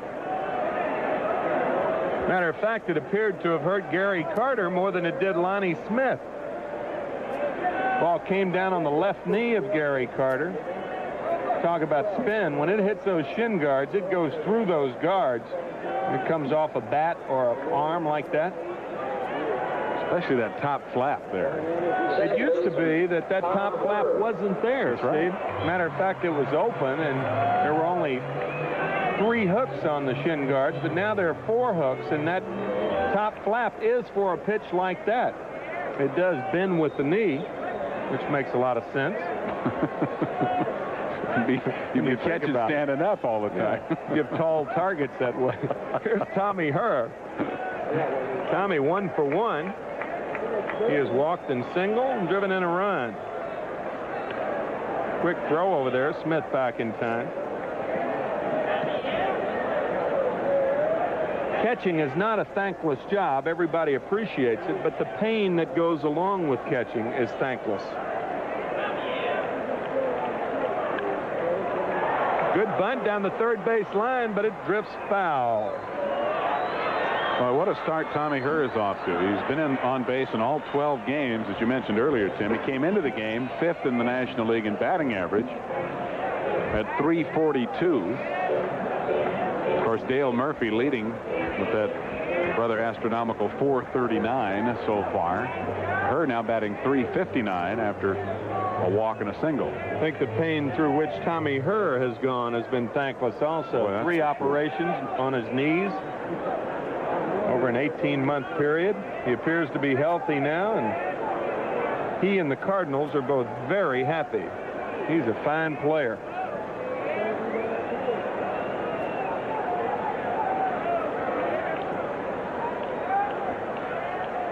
There goes Lonnie Smith. Fly ball left field. Foster over near the line for the 3rd out. So it's official. Calvin Schiraldi can win this game now as he goes the regulation 5 innings. No runs, no hits, no errors, and 1 left in the 5th. And after 5, it's 7-3 New York. Now here's a word from the good old guy. 15. We got this game won. Yeah, you guys are buying a light beer from Miller. Yeah, nice Philly. One out to go. Yeah, what can he do to us now? Hey, keep the change. Here's Rodney.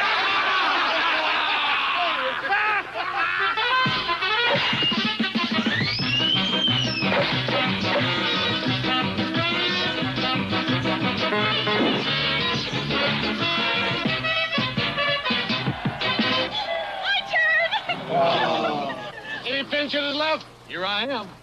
Come on,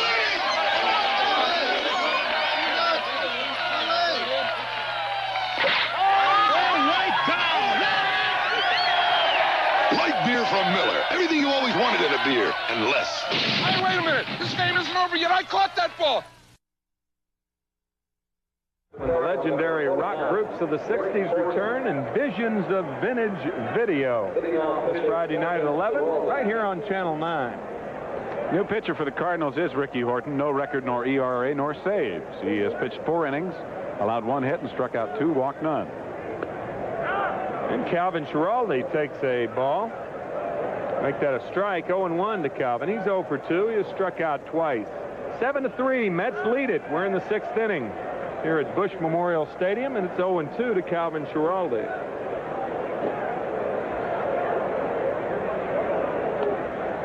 One and 2. Ricky Horton from Poughkeepsie, New York. 6'2", 195 pounds, 25 years old. Slider is a ball, 2-2.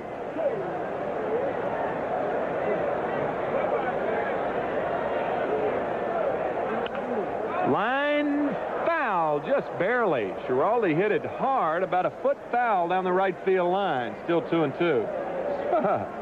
Well, Redbird has a partner, Sue Bird. Outstanding costume. Certainly doesn't look homemade. Never would know it. It looks mass-produced. Get out of here. That is a bad-looking outfit right there. I mean, if Sue Bird has any mirrors in her home. That is a... Well, there are mascots, and then there are mascots. We run the gamut. We saw the Philly Fanatic yesterday. Third time in a row that Calvin Chapman has struck out, and he's done it against 3 pitchers. Did it against Tudor, Daly, and now Ricky Horton. 1 out. Center fielder, Mookie Wilson. And the batter, Mookie Wilson. Another good night for Mookie. 2 for 3, a run scored, 2 RBIs. He has been red hot. Boy, he is really on everything that's being thrown to him. In the last 9 games, including tonight, 8.5 games, if you want to be technical, Mookie has 5 doubles and 2 triples, 7 extra base hits. I'm glad you were technical then. I like being technical. 0-2 to Mookie Wilson. Should be accurate. Fouls this one back. The minute we say he's seeing the ball good, he goes at a tunnel ball outside. Need to shovel to hit that ball. Still 0-2. I don't know how he got the end of the bat on it, but he did.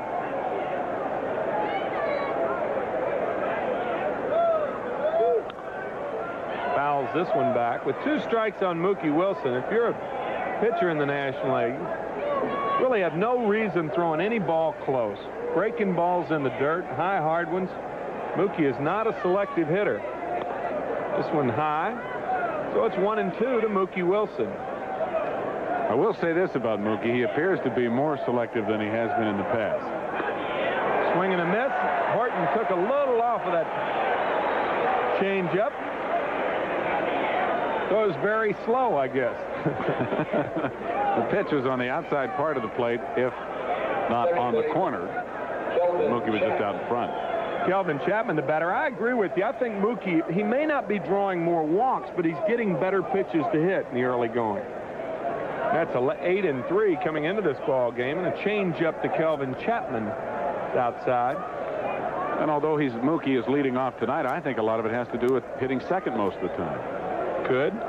Sort of makes you, if Wally Backman's hitting ahead of you and getting on base, you have a tendency to have to be a little more selective.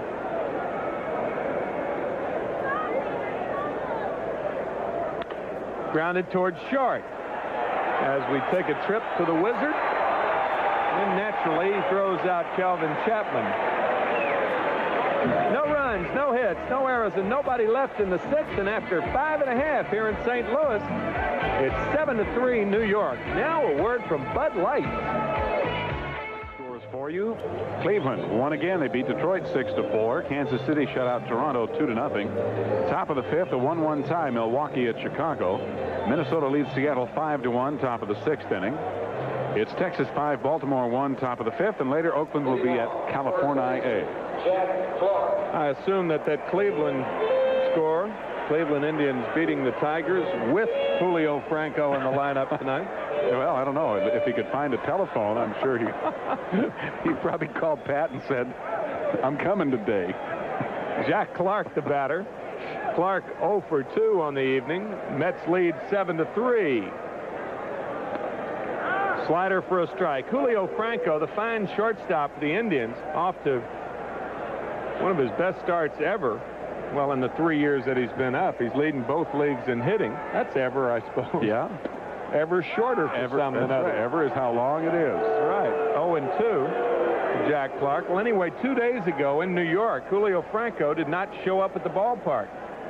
And the reason he gave was that he was feeling a little under the weather in the friend's house at which he was staying. Slider, did he go too far? Checked with first base umpire Frank Pulley, and he says no. Taking a look at it, the ball breaking down and away, and Clark sort of stuck his bat out there and then with some exceptional strength held it up. So the friend at which house he was staying said, or Julio said, that his friend didn't have a phone at that house, nor anywhere else around. So phone company doesn't get somewhere, right? I thought the phone company went everywhere. Well, you have to ask him for it, though. Because how can you call up and ask for a phone if you don't have one in the first place?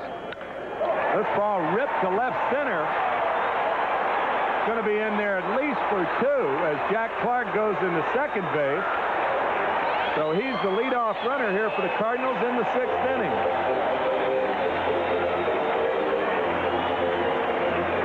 Clark picks up his first hit of the night. And that's the second extra base hit for the Cardinals. Lonnie Smith with a triple back in the 3rd inning, and it just gets on that rug, boy, and it'll run till it hits that blue wall in this ballpark. Clark should get a lot of doubles. He's the kind of hitter that hits the ball. Good field, no hit. That's her cheer right there. Small strike zone right there. High five. Make a good leadoff hitter. Eddie Goodell's got nothing on her. I assume that was a her. Here's Andy Van Slyke, who's 0 for 2. Cardinals now with 5 hits. The Mets with 8 hits. The Mets lead 7-3. Mets had a 3-run lead in the top of the 3rd inning yesterday in Philadelphia. The Phillies came back to win 10-6.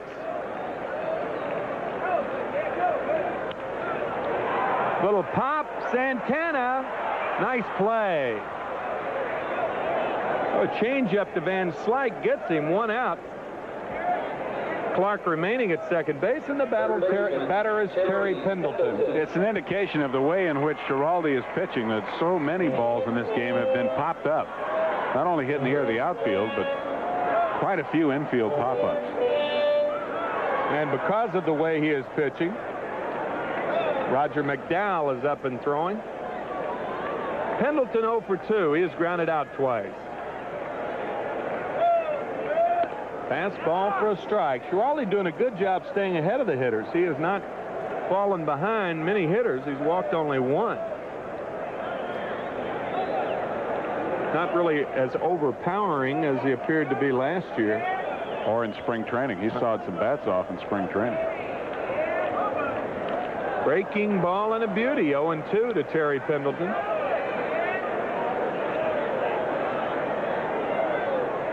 Fine young third baseman of the Cardinals as we look at Mel Stottlemyre on the right of your picture. Davy Johnson in the middle. Bill Robinson, the batting instructor, is now moved into the right of your screen.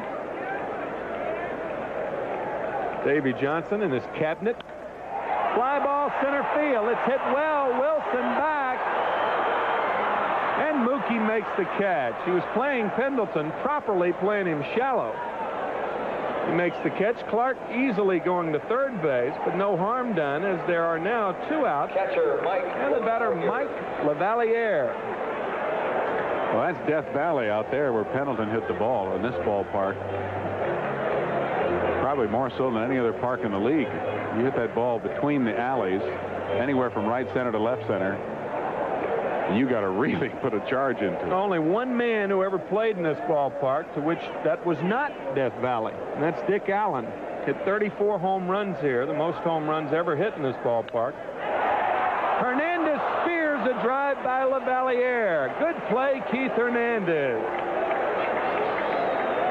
Well, we've talked about it a lot, how first and third are reaction positions. This ball smoked, and Keith Hernandez, not only with good reactions, but excellent athletic ability, reacts and then has the athletic skill to go make the play. And the Mets are reacting well here at Busch in their first game this season as they lead 7-3 after 6. Now a word from Texaco.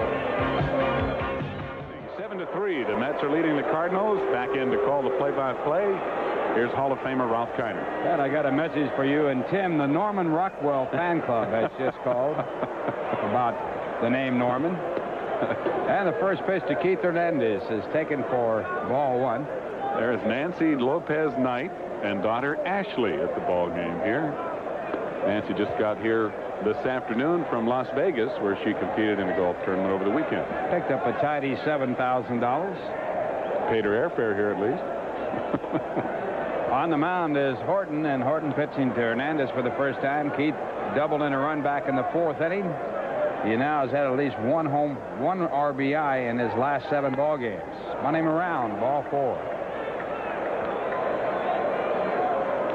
Well, Channel 9 brings back a classic this Thursday. Gene Kelly, Debbie Reynolds, and Donald O'Connor sing and dance up a storm in the musical comedy Singing in the Rain. Thursday night at 9 on the $1 Million Movie. You know that Gene Kelly wanted to be a baseball player. His one ambition as he grew up was to be a baseball player. Well, he probably is a pretty good athlete because you got to be to dance like. You better believe he's a good athlete. So is O'Connor. Now it's Gary Cooper in there. Gary is 0 for 2, and they tried to pick off and throw it away. Hernandez going to second base and on to third. The throw by Jack Clark is offline. Hernandez, they tagged him. He called him out. The Mets will argue this play. Eric Gregg called him out. And here comes Davy Johnson to join it.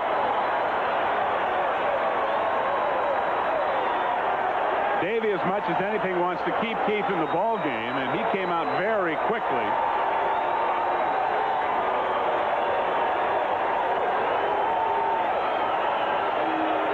Eric Gregg pleading his case rather thoroughly.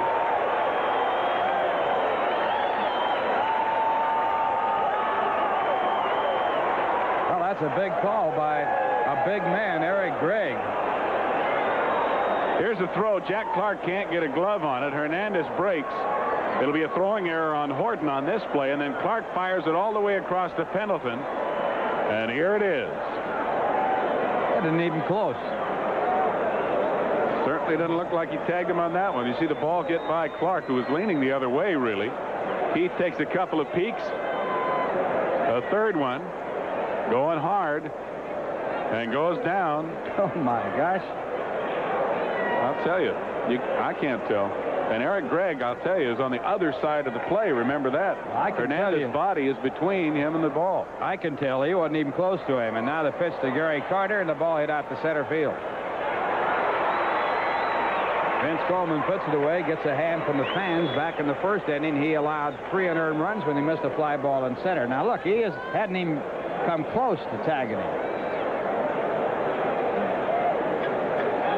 Looks like he misses him completely. So 1 for the umpires, none for the New York Mets. The error on Horton, incidentally, the 2nd error in the ball game against St. Louis. And now Darryl Strawberry, the batter. It was Darrell's 2-run home run after Coleman did not catch a fly ball in center field that gave the Mets a 3-0 lead. The Mets at one point led 6-0. Then it was 6-3. Now it's 7-3. Back to Strawberry. 1 ball, 1 strike. Darryl flied out to deep left field his last time up. Fouled that one. The count 1-2. Cardinals have used 3 left-handed pitchers in this game. The pitcher record on the losing side is John Tudor. In the middle was Daly, and now Horton. Daly charged with 1 run, the first run that they have scored off him this year, and that's strike 3. So in the inning, no runs, a walk in there, and no one left on base. The score at the end of 6.5 innings, it's the Mets 7, the Cardinals 3. Now here's a word from Delta Airlines. Well, on Sunday afternoon, May 19th, the Mets meet the Giants at 1:35, and all fans who attend the game will receive a very special Mets cap courtesy of Baby Ruth and Butterfingers. This year, the Mets are trying something different, and we're sure you'll like it. Instead of receiving the blue cap worn by the team and given away to fans in past years, this year's cap is all white with Mets inscribed across the crown. The cap is made special for today and can't be bought at Shea or any other sporting goods store. With summer right around the corner, why not come out and catch Mets baseball and pick up caps for the whole family? Tickets are selling very quickly for the event, and we know you won't want to miss it. That's Mets Cap Day, white caps for the first time ever, Sunday afternoon, May 19th. Thanks to our friends from Baby Ruth and Butterfingers. Tickets are on sale at Shea's advanced ticket window or through Ticketron or Teletron. Don't miss it. Don't miss it like Eric Gregg. Well, Sue Bird finally hooked up with Fred Bird, the Red Bird. And they will live happily ever after. Boy. Well, one thing you can say about that couple, they deserve each other. We're going now to the bottom of the 7th. The Mets leading by a score of 7-3, and Ozzie Smith will be the leadoff batter. Ozzie 1 for 2 with a run scored.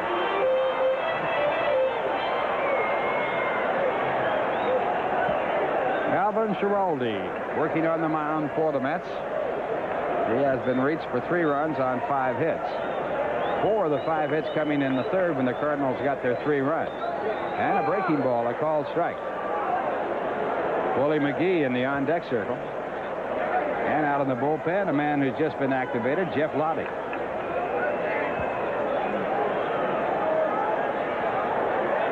And Ozzie Smith, an idea about bunting in the curveball again. And it's strike 2. On the message board earlier, who was the first man to have a home run at night in the major leagues? Dates back to the first night game ever played.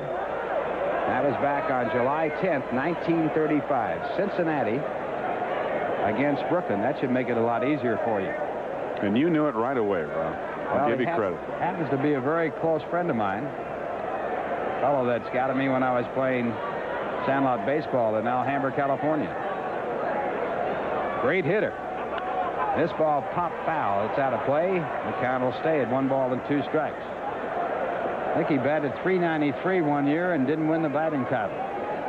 That's when he got things going against him. His name was Babe Herman of the Brooklyn Dodgers at that time. Babe has friends trying to get him into the Baseball Hall of Fame. He'll have to go in on the Veterans Committee if he does go in. 2-2 the count. And now 3-2.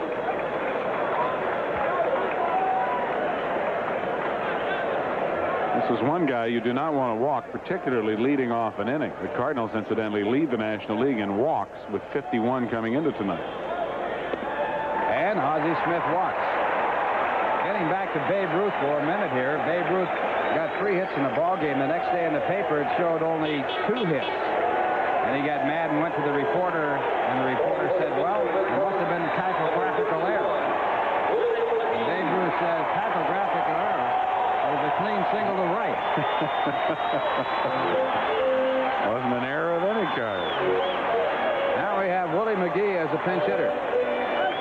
McGee 1 for 2 as a pinch hitter this year. Willie has been nursing an injury and been out of there for a while. That's why Vince Coleman has gotten the opportunity to play center field. And again out in the bullpen, some action going for the Mets. Roger McDowell throwing once again. McGee with a pulled leg muscle, and he is a man who really uses his wheels. He can fly. Smith, the runner at first base. The Mets leading by 4 here in the bottom of the 7th inning. And it's a strike. Strike 2 count. Giraldi going more and more to the breaking pitch now. He has struck out 1 batter, and he now has walked 2.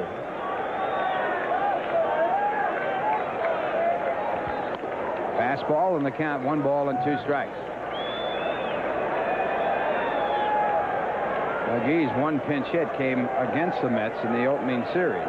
Mets winning both of the games against the Cardinals at Shea Stadium in extra innings. Fastball fouled away. Willie McGee, an outstanding ball player, started his career with the Yankees. There is the man who was brought up to replace McGee, Vince Coleman. Boy, have they got some speed.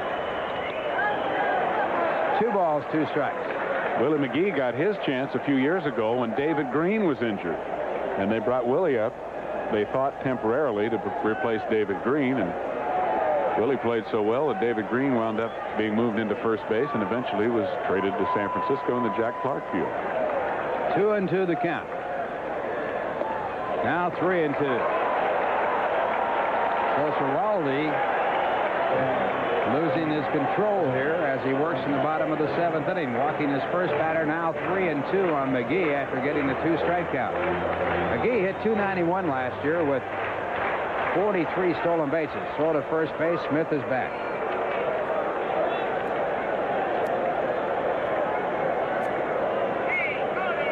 Last year, McGee hit for the cycle against the Cubs. Single, double, triple, and home run.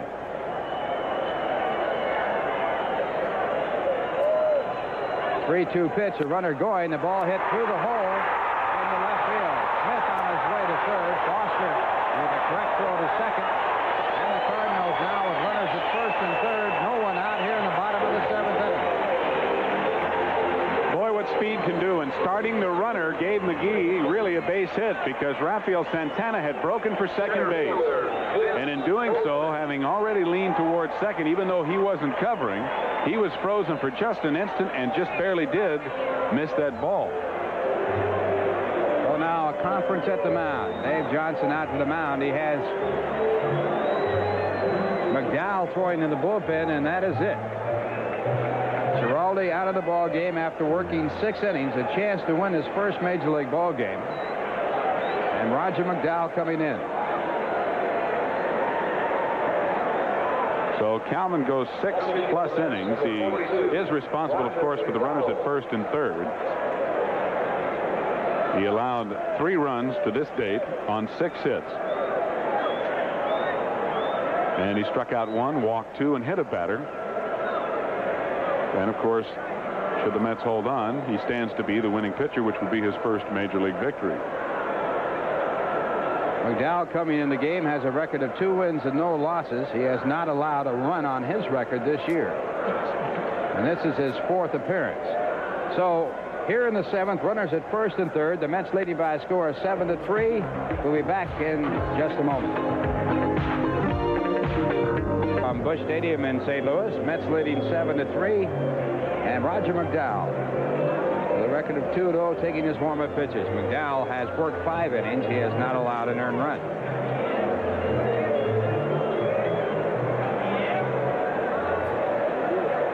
And his batter will be Vince Coleman, who is 0 for 3 tonight.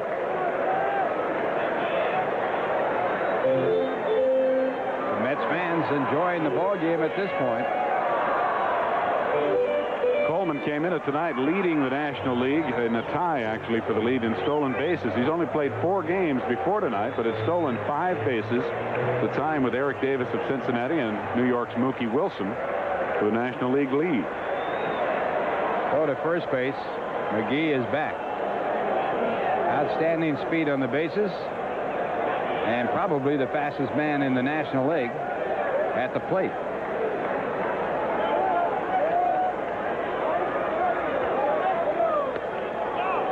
Checking the swing, and it's ball 1.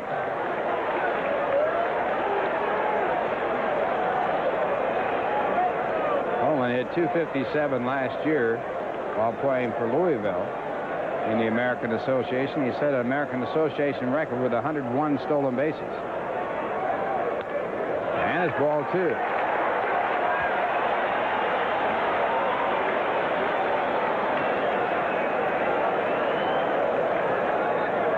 No one throwing in either bullpen.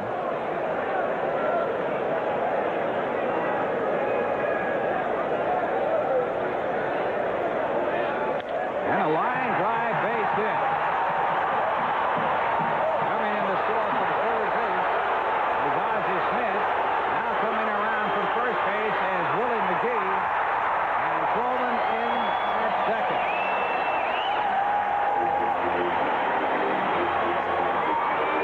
I'm sure it's going to be a single and an error charged on Mookie Wilson in center field as Mookie misplays the ball. Mookie looked like he was going to turn around and throw to second, but as he went to glove it to start his pivot, the ball scooted right under his glove. Strawberry alertly backed up on the play, or Coleman with his speed might have had an inside the park home run. There's the ball just getting by Mookie, but fortunately for New York, Strawberry right there, and with his arm, he was able to hold Coleman at second, but not to prevent McGee from also scoring all the way from first. And now the batter will be Lonnie Smith. It's a 7-5 ball game. The Mets leading, but the tying run is at the plate. An error charged to Mookie Wilson, the center fielder, which allowed a run to score and also allowed Coleman to get to second. 1 ball, no strikes. Pickoff play. And the ball dropped by the second baseman. Chapman but there would have been no play. Both those runs charged to Calvin Schiraldi, although one of them is unearned. So Calvin leaves with 5 runs charged, 4 earned runs. And a swing and a miss. 1 ball, 1 strike. The run unearned at the moment, but could be earned. That's true. Roger McDowell has to be down in the strike zone to be effective, and the pitch to Vince Coleman was not. He has a good sinker. And another swing and a miss. It's 1-2. Lonnie Smith with a triple back in the 3rd to drive in 2. Lonnie 1 for 2 in tonight's ball game. He also was hit by a pitch ball.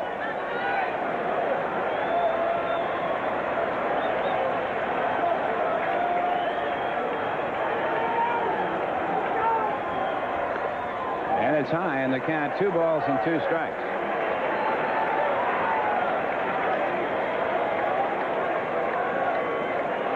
Davey Johnson looking on. He has action going in the bullpen right now. Mets leading by 2. No one out. We're in the bottom of the 7th inning, and a swing and a miss. And McDowell strikes out Lonnie Smith. Second baseman. Well, we're talking about keeping that ball down, and look at this sinker right here, boy.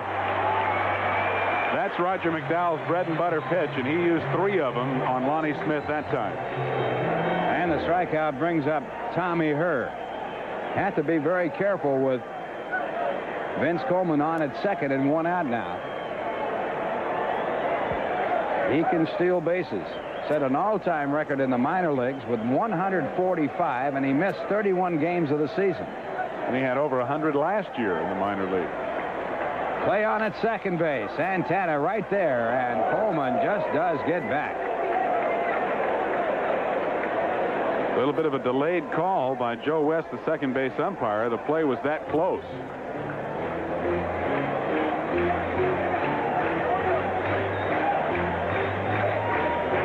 Tommy Herr in this game 1 for 2 with a walk.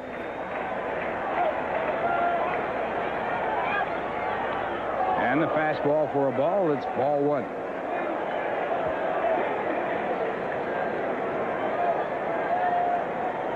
Mets at one point in this game leading 6-0. It's now 7-5 New York. Tommy Herr, incidentally, is the club leader for St. Louis in RBIs with 10. Good play at second. He's out. They have picked Coleman off at second base, and that is a big, big play. And now the Cardinals come out to argue. Both Hal Lanier and Nick Leyva, the base coaches, out there. Now Lanier will take over the argument, and here comes Whitey. I think what they're arguing about, Ralph, is it looked as if Santana bobbled the ball. Here's a throw. Man, no, he didn't bobble the ball. At least it doesn't look like it. Looks like the daylight play where the shortstop breaks. It looks like he's out there. The shortstop breaks, and if the pitcher can see daylight between the base runner and the shortstop, as the shortstop moves towards second, then he wheels and fires. Hard to see daylight in a night game. Artificial light, then. Well, here it is once more. It was a real close play on the other attempt, and this one's very close as well. The ball is there. I think it's a good call. And it looks like he tagged him right on the helmet before Coleman could reach the bag. Coleman had a very poor view of it. His face was in the dirt. So now no one on, 2 men out, and back to Tommy Herr, and the pitch is fouled off. 1 ball, 1 strike. Well, you live by speed and you can die by speed. There is Jesse Orozco. He has been throwing in the bullpen. 1 ball, 1 strike to Tommy Herr, and now it's ball 2. 2 balls and a strike. Jesse was 28 years old yesterday. Had his new bride with him in Philadelphia to celebrate his birthday. And somebody else we know is having a birthday today, Ralph. Ella Gooden, the mother of Dwight Gooden, down in Tampa looking on the satellite. Happy birthday to Mrs. Gooden today. And a swing and a miss. It's now 2-2. Her son will be pitching Wednesday afternoon here. How do you get all that information? From our crack public relations director, Jay Horwitz. Jay knows everything. And there's Dwight. And it's popped up out into shallow left field. George Foster is there. And the Mets get out of it. A good job by McDowell as he comes in the ball game. The big play in the inning, picking off Holman at second base. 2 runs do score on 2 hits. No one left on base. The score at the end of 7. It is the Mets 7 and the Cardinals 5. Now here's a word from Nissan. Officer is put on trial for rape in the dramatic film Conduct Unbecoming. Michael York, Richard Attenborough, and Stacy Keach star Wednesday night at 9 on the $1 million movie. And new pitcher in for the Cardinals, Jeff Lottie, with a record of no wins, no losses, and no saves, as this will be his first appearance of the year. Last year with the Cardinals, he was 4-2 with 1 save. Appeared in 63 games. And he'll be pitching to George Foster. Ricky Horton pitched an outstanding 2 innings of relief, allowing no runs, no hits. He struck out 3 and walked 1.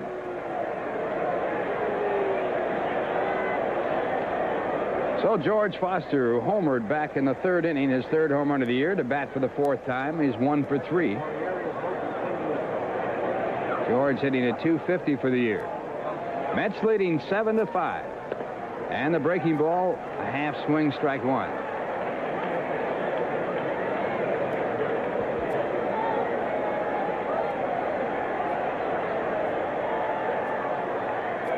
Lottie with a fastball that's fouled back out of play, strike 2.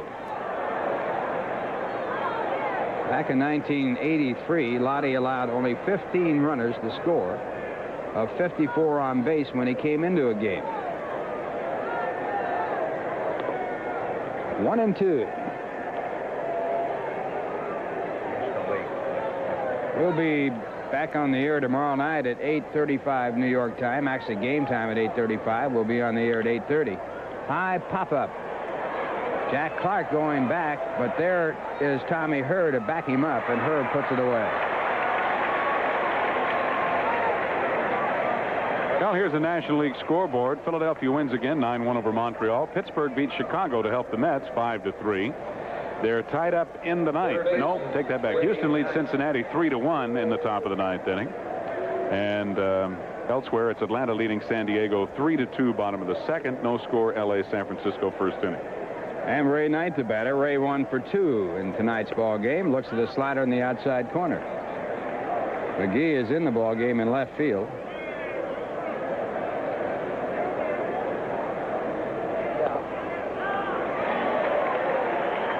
Fastball for a called strike 2. And with McGee staying in the game in left field, Jeff Lottie is going to bat 2nd in the Cardinals batting order.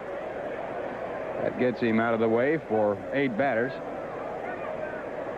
There's a hard smash, backhanded by Clark, and he turns it into an out. Good play by Jack Clark, a converted outfielder. And Jack's had his problems converting to first base. He complained about it early, but has worked hard. Makes a good play here. That's not a routine play. And a very hard hit ball. And it brings up Rafael Santana.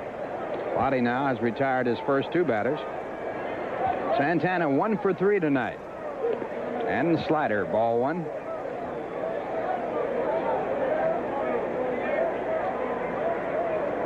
Mets leading 7-5. 2 men out, top of the 8th inning. And that's ball 2. Big play in the ball game. Rafael Santana taking the throw by McDowell to pick off Coleman at 2nd with a time run at the plate. Strike call. It's 2-1.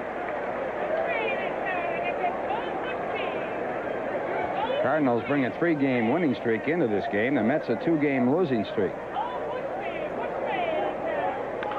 Chopped out over the pitcher's mound, fielded by Ozzie Smith, and the Mets go in order. The score at the end of 7.5 innings, the Mets 7, the Cardinals 5. Now here's a word from Bud Light. Game coming your way from St. Louis, Missouri. The Mets with a 3-game series here, and then returning home next Friday. But here to bring you the play-by-play, Steve Zabriskie. Thanks a lot, Ralph. Here is Jack Clark to lead it off for St. Louis in the bottom of the 8th inning. Clark with a double in 3 trips. Will be followed by Andy Van Slyke and Terry Pendleton against young Roger McDowell in relief of young Calvin Schiraldi. And if you were with us at the top of the telecast, you heard Mets pitching coach Mel Stottlemyre talk about this young staff. Clark rips one to left. If it's high enough, it's out of here. Off the wall. Foster runs it down. Clark heading for second. Here's the throw. He's in there just ahead of the throw. Foster with a nice play, and the ball was hit so hard, Clark really had to hustle to get a double. Well, the only thing that kept this ball in the ballpark was the fact that it was hit too low. It is really drilled a foot below the top of the wall. Foster plays it off, and Clark has to make a belly slide to beat the play at second base. So Clark with his second double. He's now 2 for 4, and the tying run is again at the plate. Here you see the angle of the carom played by George Foster.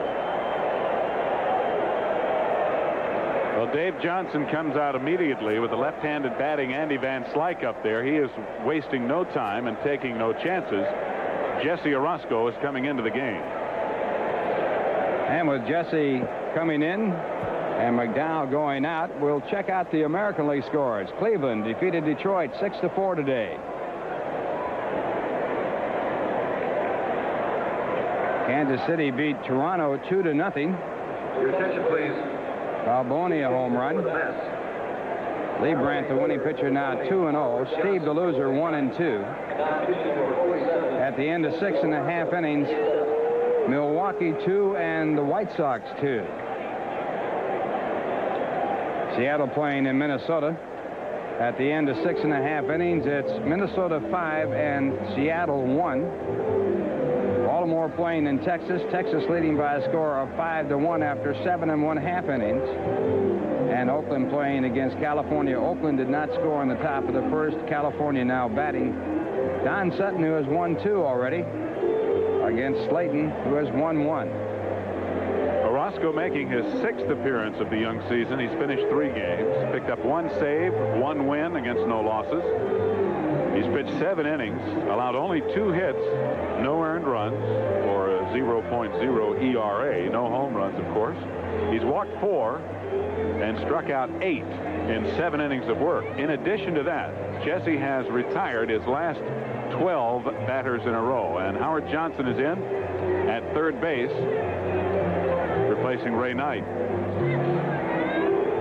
And that will enable the Mets to make a switch in the batting order, and Johnson will be put in the 9th spot in the batting order. That would place him as a leadoff batter in the 9th inning. The old double switch. Managers use that to perfection sometimes. Davy Johnson rarely misses an opportunity. Andy Van Slyke is 0 for 3 in the ball game. All 3 of those at-bats were against Schiraldi. So he's facing a left-hander for the first time in Jesse Orozco. Jesse comes in with a runner at second base and nobody out. There's Jack Clark at second after his leadoff double. The Mets lead at 7-5 here in the top of the 8th, or bottom of the 8th inning. And a ball to Van Slyke.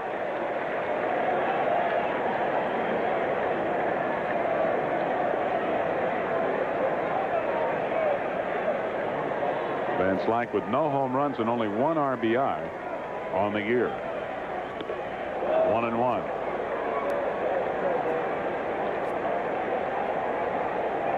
Jesse, at one point, among the 12 that he has retired in a row, struck out 6 batters in a row.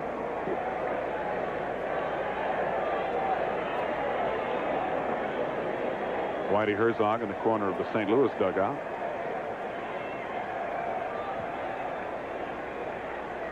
Off-speed delivery is fouled away. So Van Slyke behind in the count, 1 ball, 2 strikes. Whitey had a good quote the other day about Jose De Leon. De Leon came into the game against the Cardinals with 23 strikeouts, and Whitey said it'll be July before any one of our pitchers have 23 strikeouts. He does have a wry wit. 1-2. Off speed, see you later. Jesse broke off one of his patented breaking balls and had Andy Van Slyke frozen. Well, a left-handed batter against Orozco really has his work cut out. And this is a perfect pitch. Breaking ball right at the knees and a big strikeout. 1 out in the 8th. Clark still at second. And the batter, Terry Pendleton, who was 0 for 3. He's grounded to second, grounded to short, and fly deep to Mookie Wilson in center.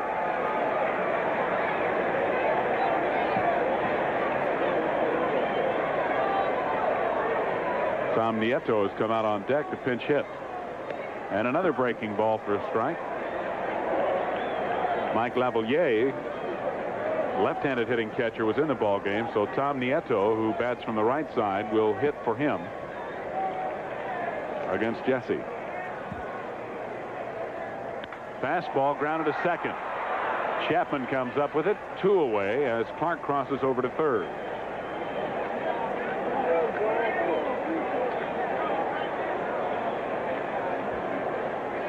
And so we will see Tom Nieto. Number 23, Tom Nieto. 273 on the year with no homers and no RBIs. His first pinch hit appearance of the year, officially at least.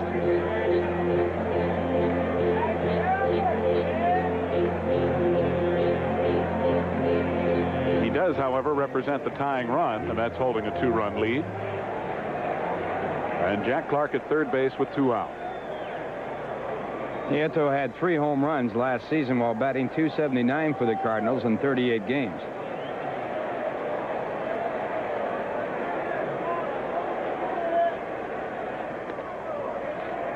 A little high and away, ball 1. Nieto attended Oral Roberts University in Oklahoma for 3 years. And they have a good baseball program. Had a good basketball program, too.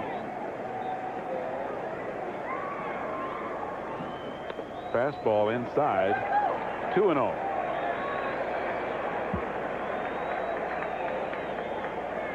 Cincinnati finally lost the game, 4-1. Houston beating them. They had won 7 in a row, so hustle and bustle. Finally losing one. Brought to a halt. Fastball and a check swing foul makes it 2 balls and 1 strike.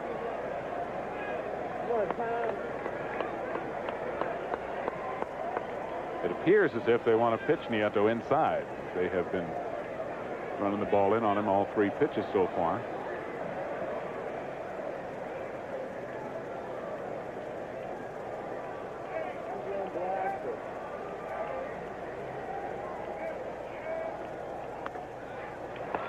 Three and 1 now. On deck batters Ozzie Smith. And there is Oswald. He's a much better hitter batting right-handed than he is left.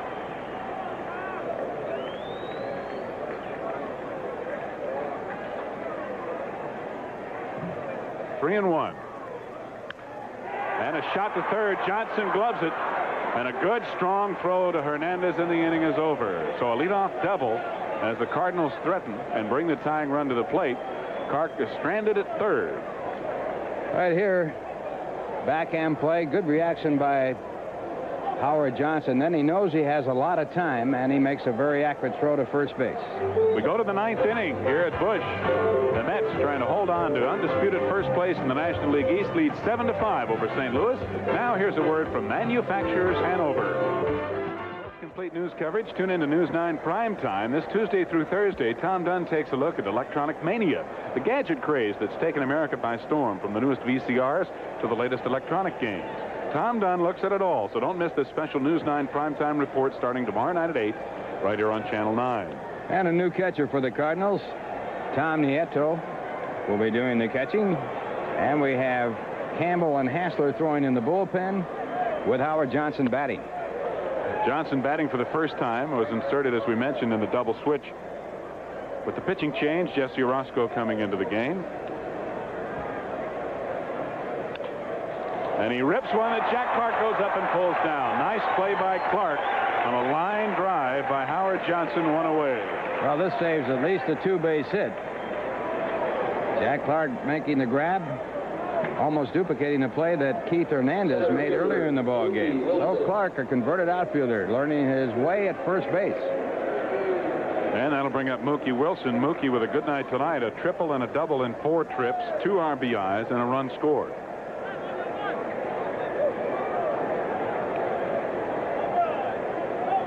Jeff Lottie working his second inning of relief, the 4th pitcher of the night for St. Louis. Mookie squares and takes a strike. 1 out, nobody on. Top of the 9th inning, Mets leading 7-5.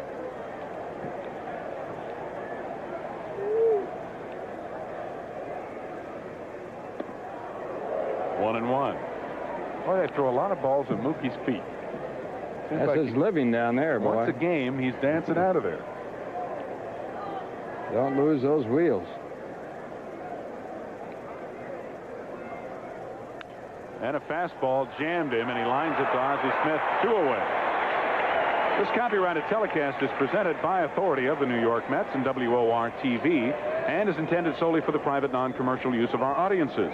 Any publication, reproduction, retransmission, or other use of the pictures, descriptions, and accounts of this game without the express written consent of the New York Mets and WOR-TV is prohibited. And a pinch hitter for Chapman, it's Wally Backman. Backman hitting an even 300, 10 for 30 on the year, and in his last 3 ball games, Wally's been red hot, hitting .625 in his last 3 games. 2 out and nobody on as he bats for Kelvin Chapman.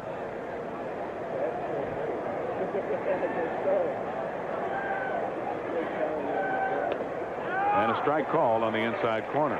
Well, the outfield is very shallow against Backman. In fact, too shallow. Backman has very good power to the opposite way.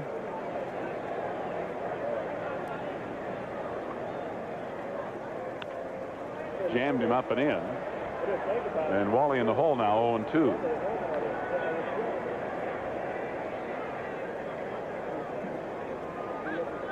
And they're still trying to pick it up, it looks like. Jeff Lottie's first appearance of the year after being on the disabled list. High and tight, 1-2.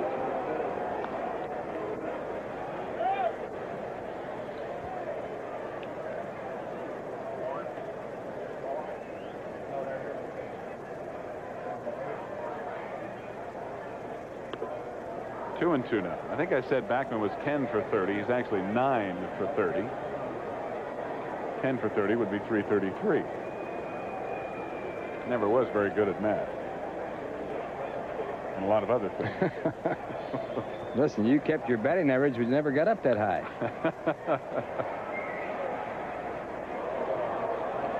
I never could have figured it out.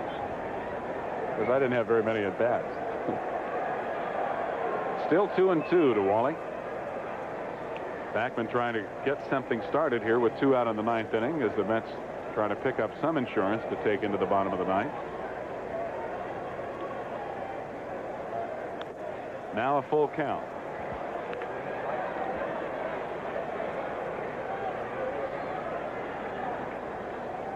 Behind Backman is Keith Hernandez.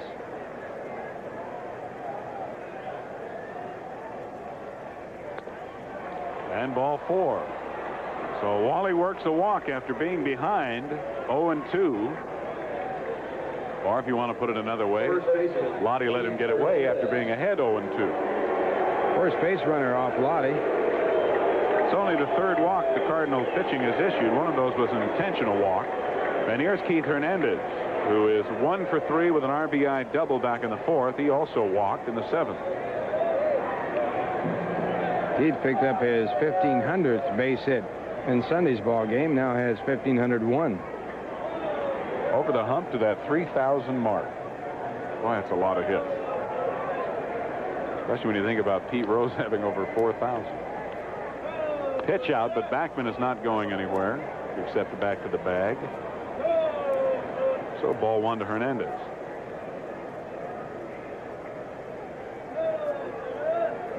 Keith doubled in a run back in the 4th inning. throw to first. Backman back. That's when he tied the record for at least 1 RBI in 7 straight games. And he also has driven in a total of 9 runs in the last 9 games. That is a Met record. And ball 2, low and inside, so 2-0. The all-time record for at least 1 run batted in is 17 consecutive games by Ray Grimes. That's almost unbelievable. He drove in 27 runs in those 17 consecutive games. Boy. And a strike call. 2-1. American League records held by Taft Wright. Grimes played for Chicago. Taft Wright for Chicago in the American League, and he did it 13 games and drove in 22 runs. And that's a lot. Another throw to first.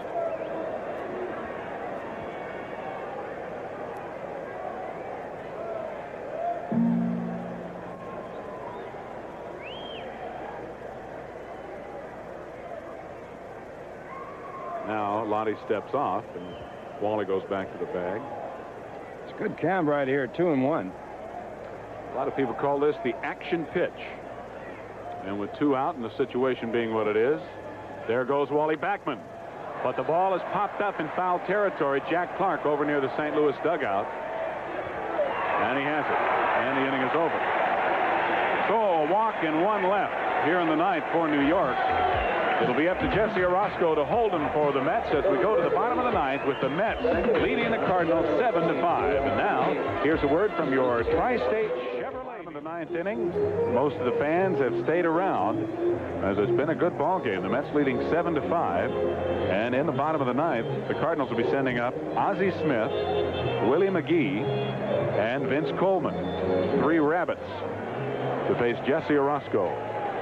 Paid attendance here tonight, 16,324. Ozzie's 1 for 2, a single to center back in the 3rd, after which he scored a run. He's also grounded a second, walked and scored in the 7th. So as you can tell, when he gets on base, he comes all the way around a lot of times. And that's what's happened tonight. 7-8-1 for the Mets, 5-8-2 for the Cardinals. Swing and a miss on the fastball, strike 1. Orozco retired the side in order in the 8th inning, coming in after Jack Clark had gotten a leadoff double off Roger McDowell. So Jesse is now retired at the last 15 men to face him.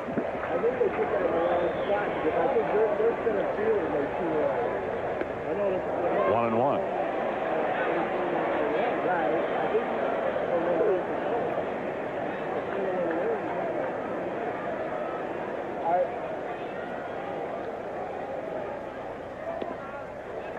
Two balls, 1 strike.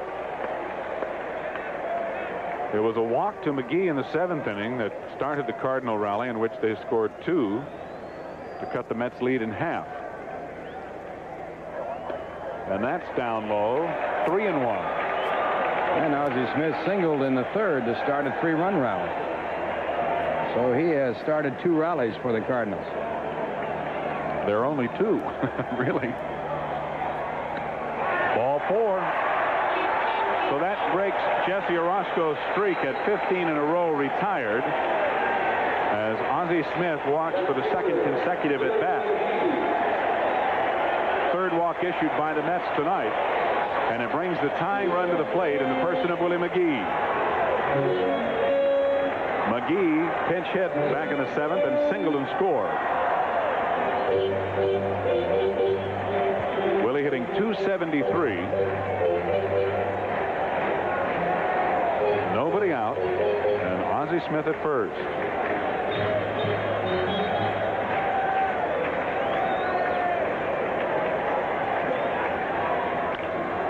Ground ball up the middle, base hit.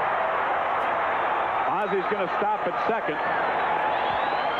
And the Cardinals now have the tying runs aboard with nobody out here in the 9th.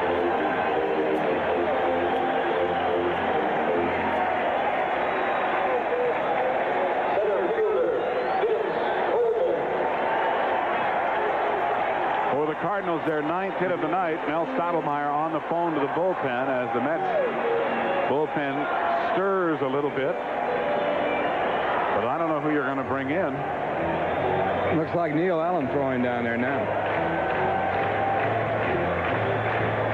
Cardinals do have Allen up. And the Cardinals are going to sacrifice here. Vince Coleman batting in a bunting situation. Their number 1 RBI man so far this season, Tommy Herr, is on deck. No, I take that back. It's a pinch hitter on deck.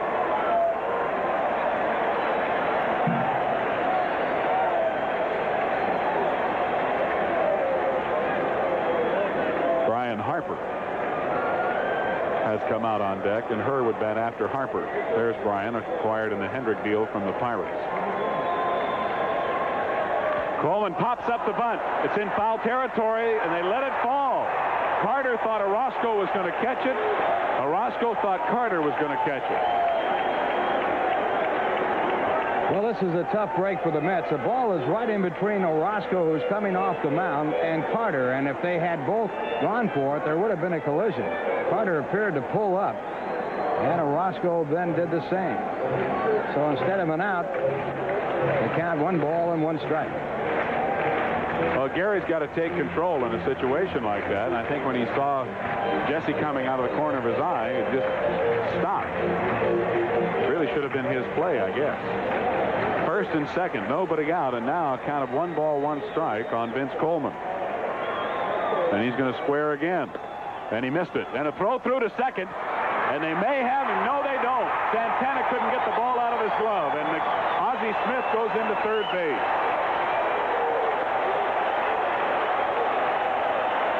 Well, that run really doesn't mean anything if it does score. Right here, Carter's got Ozzie Smith picked off, and Ozzie alertly goes to third. And by the time Santana came up with the throw, he had no play at third. But the important thing, there still is the runner at first. And the runner at first base represents the tying run. So Smith really doesn't count, although you certainly would have liked to have picked him off. And the main reason is you look at Ivan De Jesus pinch running for Willie McGee at first base. McGee, of course, bothered by a leg problem. When he had a runner in front of him, it wasn't that critical, but now that second base is open, Whitey going to Ivan De Jesus as a pinch runner. So the count, 1 ball, 2 strikes on Coleman as he bunted through that last pitch. The Mets in double play depth in the infield. And he held up just in time, apparently. 2-2. Coleman on the night is 1 for 4. He reached on a fielder's choice in the 3rd inning and scored, and he singled in the 7th. He's been involved in the 2 big plays in this ball game. He was picked off at second base, and he also did not catch a ball in center field that led to 3 unearned runs. Fisted to the second baseman, Backman to Santana. No, he's safe at first base. Coleman beat it out, and the run scores.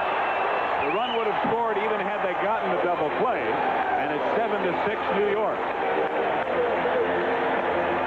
Well, Coleman, possibly the fastest man in the National League, turns on the afterburner, and he beats the play at first base. And that kept the Cardinals alive. They now have the tying run at first. Coleman a threat to steal. And just 1 man out. So we'll have the cat and mouse game now with Coleman on at first base representing the tying run, and he definitely is a threat to steal. And here is Brian Harper. Harper batting .429 on the young season is 3 for 7. Throw to first. Jesse letting Coleman know he's over there. Coleman with 5 stolen bases in the past 4 ball games. Another throw to first.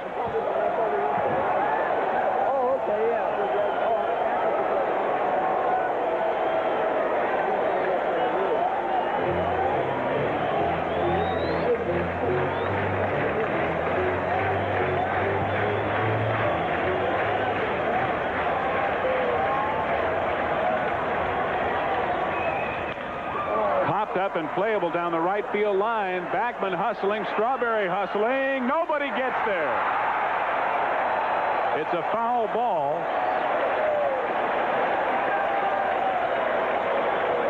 Strawberry was shaded over toward right center. He had a long way to go, and Backman obviously had a long way to go. But another missed opportunity for an out. Well, this certainly was a tough play, and it was just too far out of reach for Backman, and Strawberry also could not get there, so Harper gets another shot. One strike to count on Brian Harper. Vince Coleman at first base. One out, bottom of the ninth. The Mets lead by 1, 7-6. Throw to first.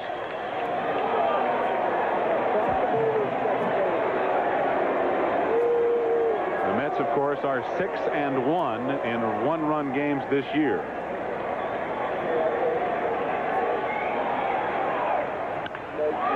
Base hit left field. Coleman will have to stop at second. And the reason he has to stop at second is because Jesse Orozco had him going back to the bag when he delivered the ball to the plate. Right here, Harper drills it right by the diving Howard Johnson. Foster hustles to the ball, gets it back in. And on the base hit by Harper, the tying run is at second base, and the winning run is at first. Second hit off Orozco and the 10th hit in the ball game for St. Louis. And here is Tommy Herr, who, as I mentioned earlier, leads the Cardinals in RBIs with 10 so far this year. He is 1 for 3 plus a walk with an RBI single to right back in the third inning. He's also flied to left twice.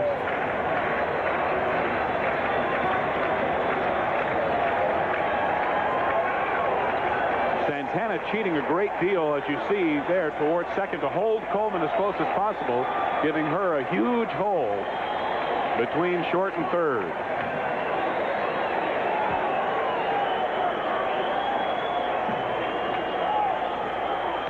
Ball one.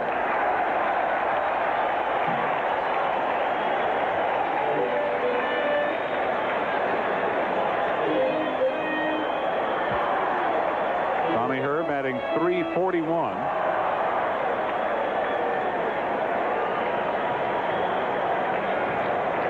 And Orozco looking for a double play ball. Fly ball center field. Into the gap. Strawberry over in right center makes the catch. No attempt by Coleman to tag up in advance. And a big out, as there are now 2 away here in the bottom of the ninth.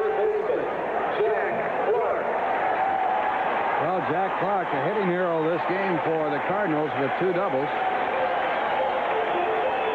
And a chance to help the Cardinal cause.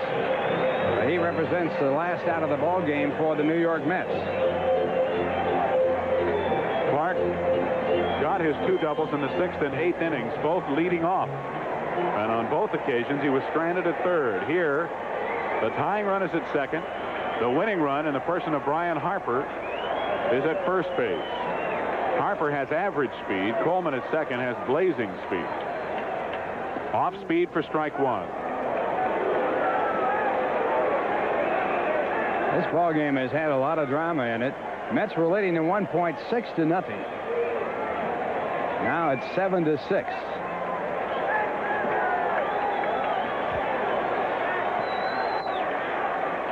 And a fake at second as Backman had cheated over behind the bag.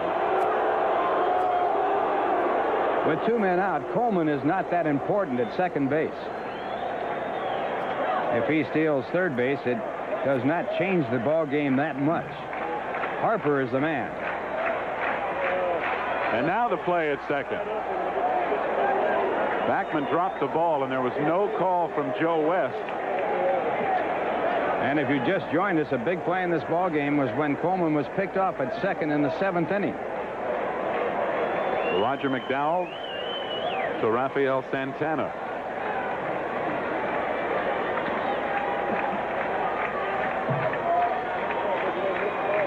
One strike to count to Jack Clark. 2 out, 2 on.